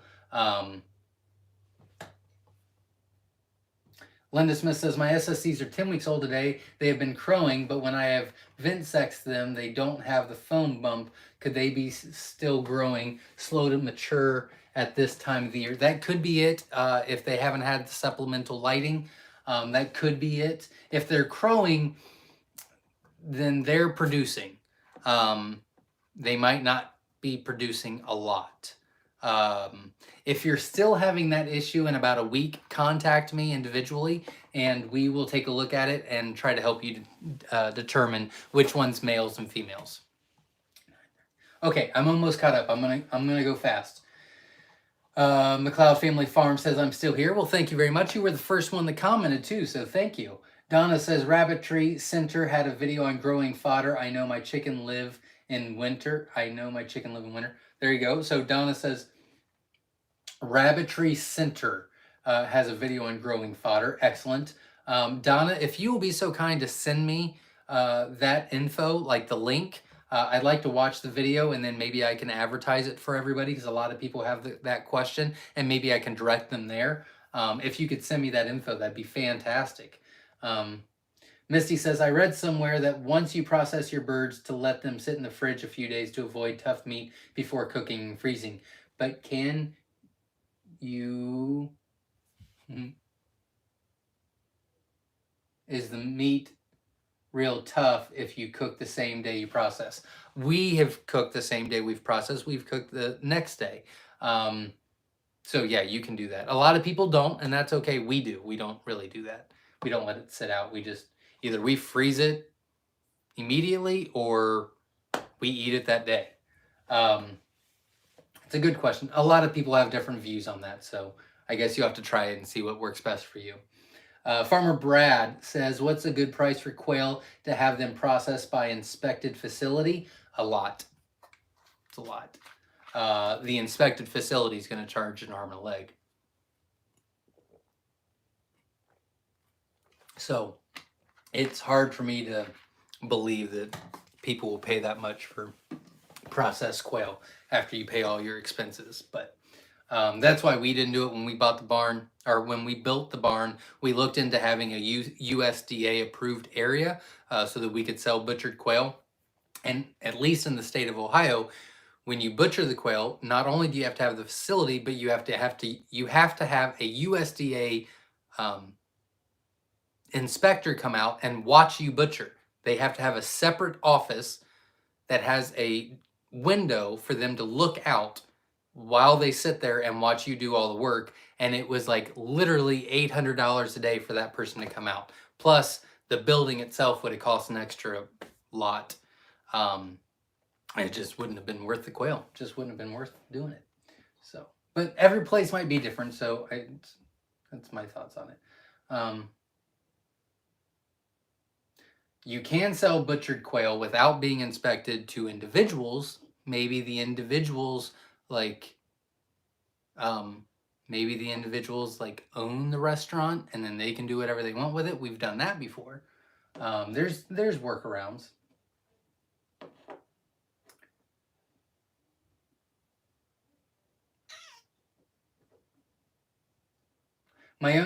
Jacob says, my younger birds were 8 to 9 weeks old and older birds are around 6 months. 8 to 9 weeks old. No, it shouldn't be that. I would still do what I said in the first. I would take the old ones out, leave the new ones in, and then do one like every 3 hours and introduce it. That should fix the problem. But let me know if that doesn't. Or let me know if it does. Just keep me posted. Feeble Farmer says, Verna, what is... Oh, not talking to me. Missy says that. Nope. Farmer Brad says, chickens I typically ice bath and put them in the fridge for 24 hours. There you go. Interesting.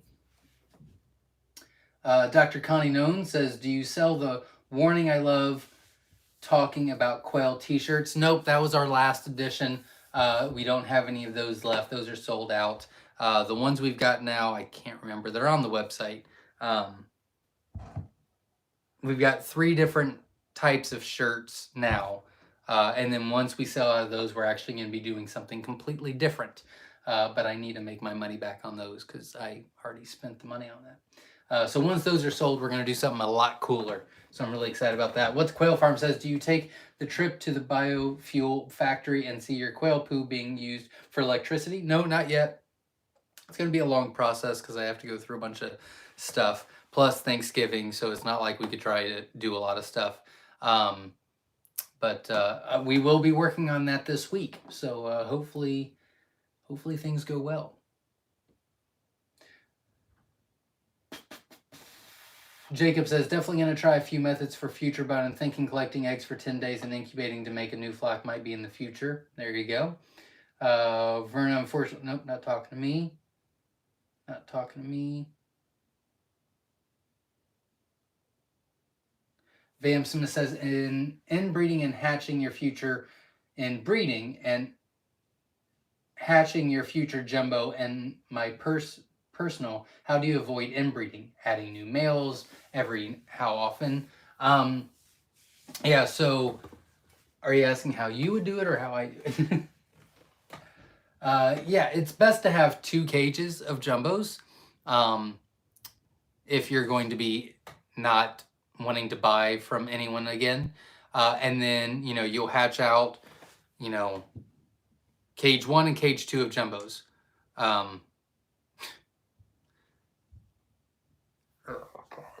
I just got a text that drives me crazy. So you've got jumbo cage 1 and jumbo cage 2. The jumbo cage 1, you'll hatch out. The jumbo cage 2, you'll hatch out. You'll take the males from 1 and put them in 2 with the hens from 2, and then you'll switch. So then there's different blood, and you'll just keep doing that so you're not inbreeding. That helps a lot. We do something very similar to that, except for we have like 18 cages that we do that with. So there's a lot of making sure nothing goes back into the same cage and nothing's been together before, and there's a lot of that. There's a lot of work involved with that. But it's doable. Just found your channel. Appreciate your dedication and work ethic. We'll be ordering soon. The kids want to enter the monthly contest. They are all for starting quails. Everyone hit the like. Well, thank you very much, rmojo23. Good luck.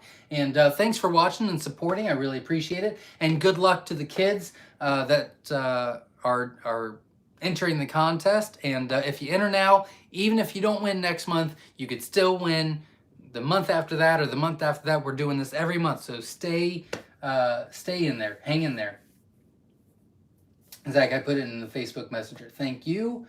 Okay, we're almost there. Get sure you're not talking to me. Just signed up for the newbie Facebook group. Found you guys from Living Traditions Homestead. Well, thank you very much. I really appreciate it. And they have brought a lot of subscribers our way. They have been more than generous with their words. And I really appreciate them beyond belief. And they're just amazing people. I've talked to him on the phone. I've texted him. I've emailed him. And, you know, he's just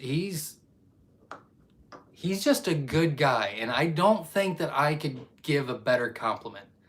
You know, he's just an honest, good man. You know, I mean, Kevin's just amazing. And it's really nice to communicate and work with people like that. It really is. It really is. Brittany Charles says, I've been watching your videos all weekend. I'm so excited to know there are people who love quail like I do. Thank you for what you were doing. Well, thank you very much. I appreciate it. And I love that you love quail. So if we can help in any way, let me know. I'd appreciate it. Electric Iris, thank you very much. Where was I getting 3D? Electric Iris 3D. That's where I was getting the 3D. Yes, Electric Iris. Thank you very much. Phew, that was rough. Yeah, I don't know why I couldn't remember that. Maybe this is a dumb question, but if you leave the eggs in the cages, will the hens sit on them, hatch them? Not very often, especially not in the cages. You do. Katrina, which has a YouTube channel called Sow and Tear. She's an admin on the Newbie Quail Lovers Facebook group, and she does a lot of the aviary setting, the more natural setting, things like that. She has had luck with broody quail. It is very uncommon, and they won't do it in a cage. It needs to be in a more natural setting. It could happen, but they won't sit on them in a cage, and it's very unlikely they would in the first place. So it does take a lot of work for them to try to do that. Vern actually put Electric Iris 3D in the link in the comments if you want to check that out. Spooky DeVille, love the name, says, can a Caternix reproduce with any other quail? Yes, they can. I'm sure they could reproduce with a lot of them, but the one I know for sure is bobwhites. They can. However, they'll hatch out chicks, and you know, bobwhite and Caternix, and they'll reproduce, and they'll have an egg, and then you can incubate that egg, and that chick is a mule. That chick is sterile. So that's you can't crossbreed different things after that, if that makes sense. Hopefully I don't think I explained that correctly, but hopefully you got it. Thought I'd jump in and plug the Newbie Quail Lovers Facebook group to anyone new. I've accepted about 8 new members just doing the live chat. Wonderful. Thank you very much for keeping on top of that, and I'm glad. I hope that it really helps a lot of things.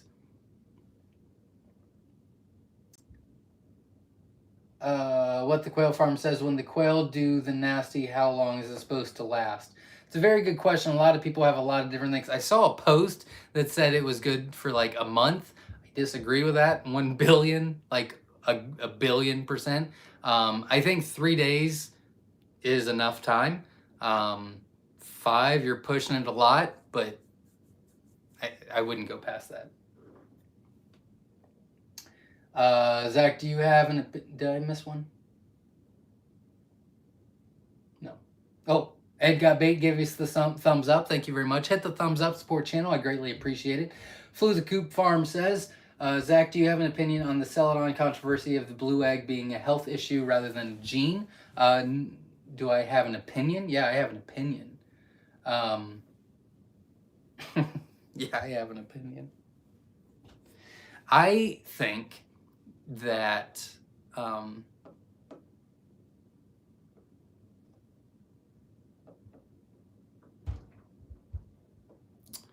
I think to give accurate information, there needs to be a lot of detailed note-taking, and it needs to be done for quite some time. Not 1, 2, 3, 4 generations. This needs to happen for years, which is actually what we're doing with our Celadons. We've had them for years, and we're still researching them. And that's okay.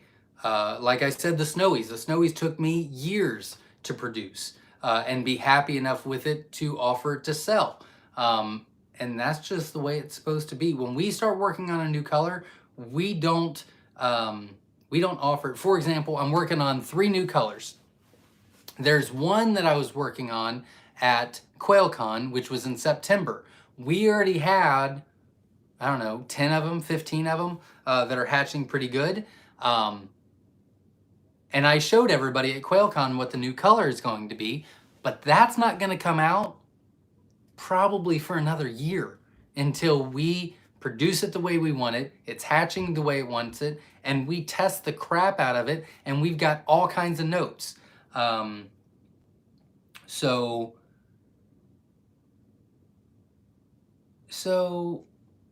yeah, I think that it's a little premature without a lot of people doing a lot more information on it. I think that we're doing a disservice to a lot of people by sharing our knowledge and sharing our information without having the facts, especially when it comes to genes, is my opinion. That is all I'll say about that. Donna says, YouTube Rabbitry Center. Wonderful. YouTube Rabbitry Center with an E at the end. Excellent. Thank you very much. In your inbox. Oh, well, that's great too. Thank you. Do I need to kill a possum in my yard right now? If you want to. I usually leave them be. I kind of like them. Brandon Guy says, how do quail do with young children? I'm debating between quail or chickens. Oh, they're amazing. They're amazing pets. Kids love them because they're such a fast pace. So the eggs, and they're excited, and they check the incubator every day, and then they hatch out, and they're so tiny and cute, and blah, blah, blah. And then in 6 weeks, they're collecting the eggs from them, so it's keeping them entertained. The chickens take a long time, and then if it's a rooster, you know, most of those are just jerks. You know, I've had to put some roosters out to pasture before because they've attacked my kids and stuff like that. Quail do not do that, so quail is amazing. Not talking to me, not talking to me, not talking to me. I don't know. I don't see why quail would not be good with children, just like chicken. It all depends on the bird. There you go. Jacob says, I'm almost 190 likes. Y'all, great job. Thank you that's awesome. 194. Can we get 6 more? Because now I'm greedy. Can we get 6 more likes before I finish? That'd be awesome. That'd be our biggest night. That'd be super cool. And thank you to all that have subscribed and hit the like button tonight. You guys are amazing. Thank you very much for this community. Possums eat ticks and don't carry rabies, so not bad to have around. There you go. They're kind of cute in a really ugly way as well. We were working on our bedroom, so we were sleeping in the mattress in the front room. Woke up with a possum 6 inches from my face. LOL, large naked man tossing said animals off back porch. Sure. There you go. Donna says, so Swanson, I have chickens in yard during day. Lots of birds every day. There you go. Katrina says, I'll put together a video about the broody quail. I have photos and videos, but I need to find all the photos and videos and edit them together. Yeah, I hate editing. Good luck.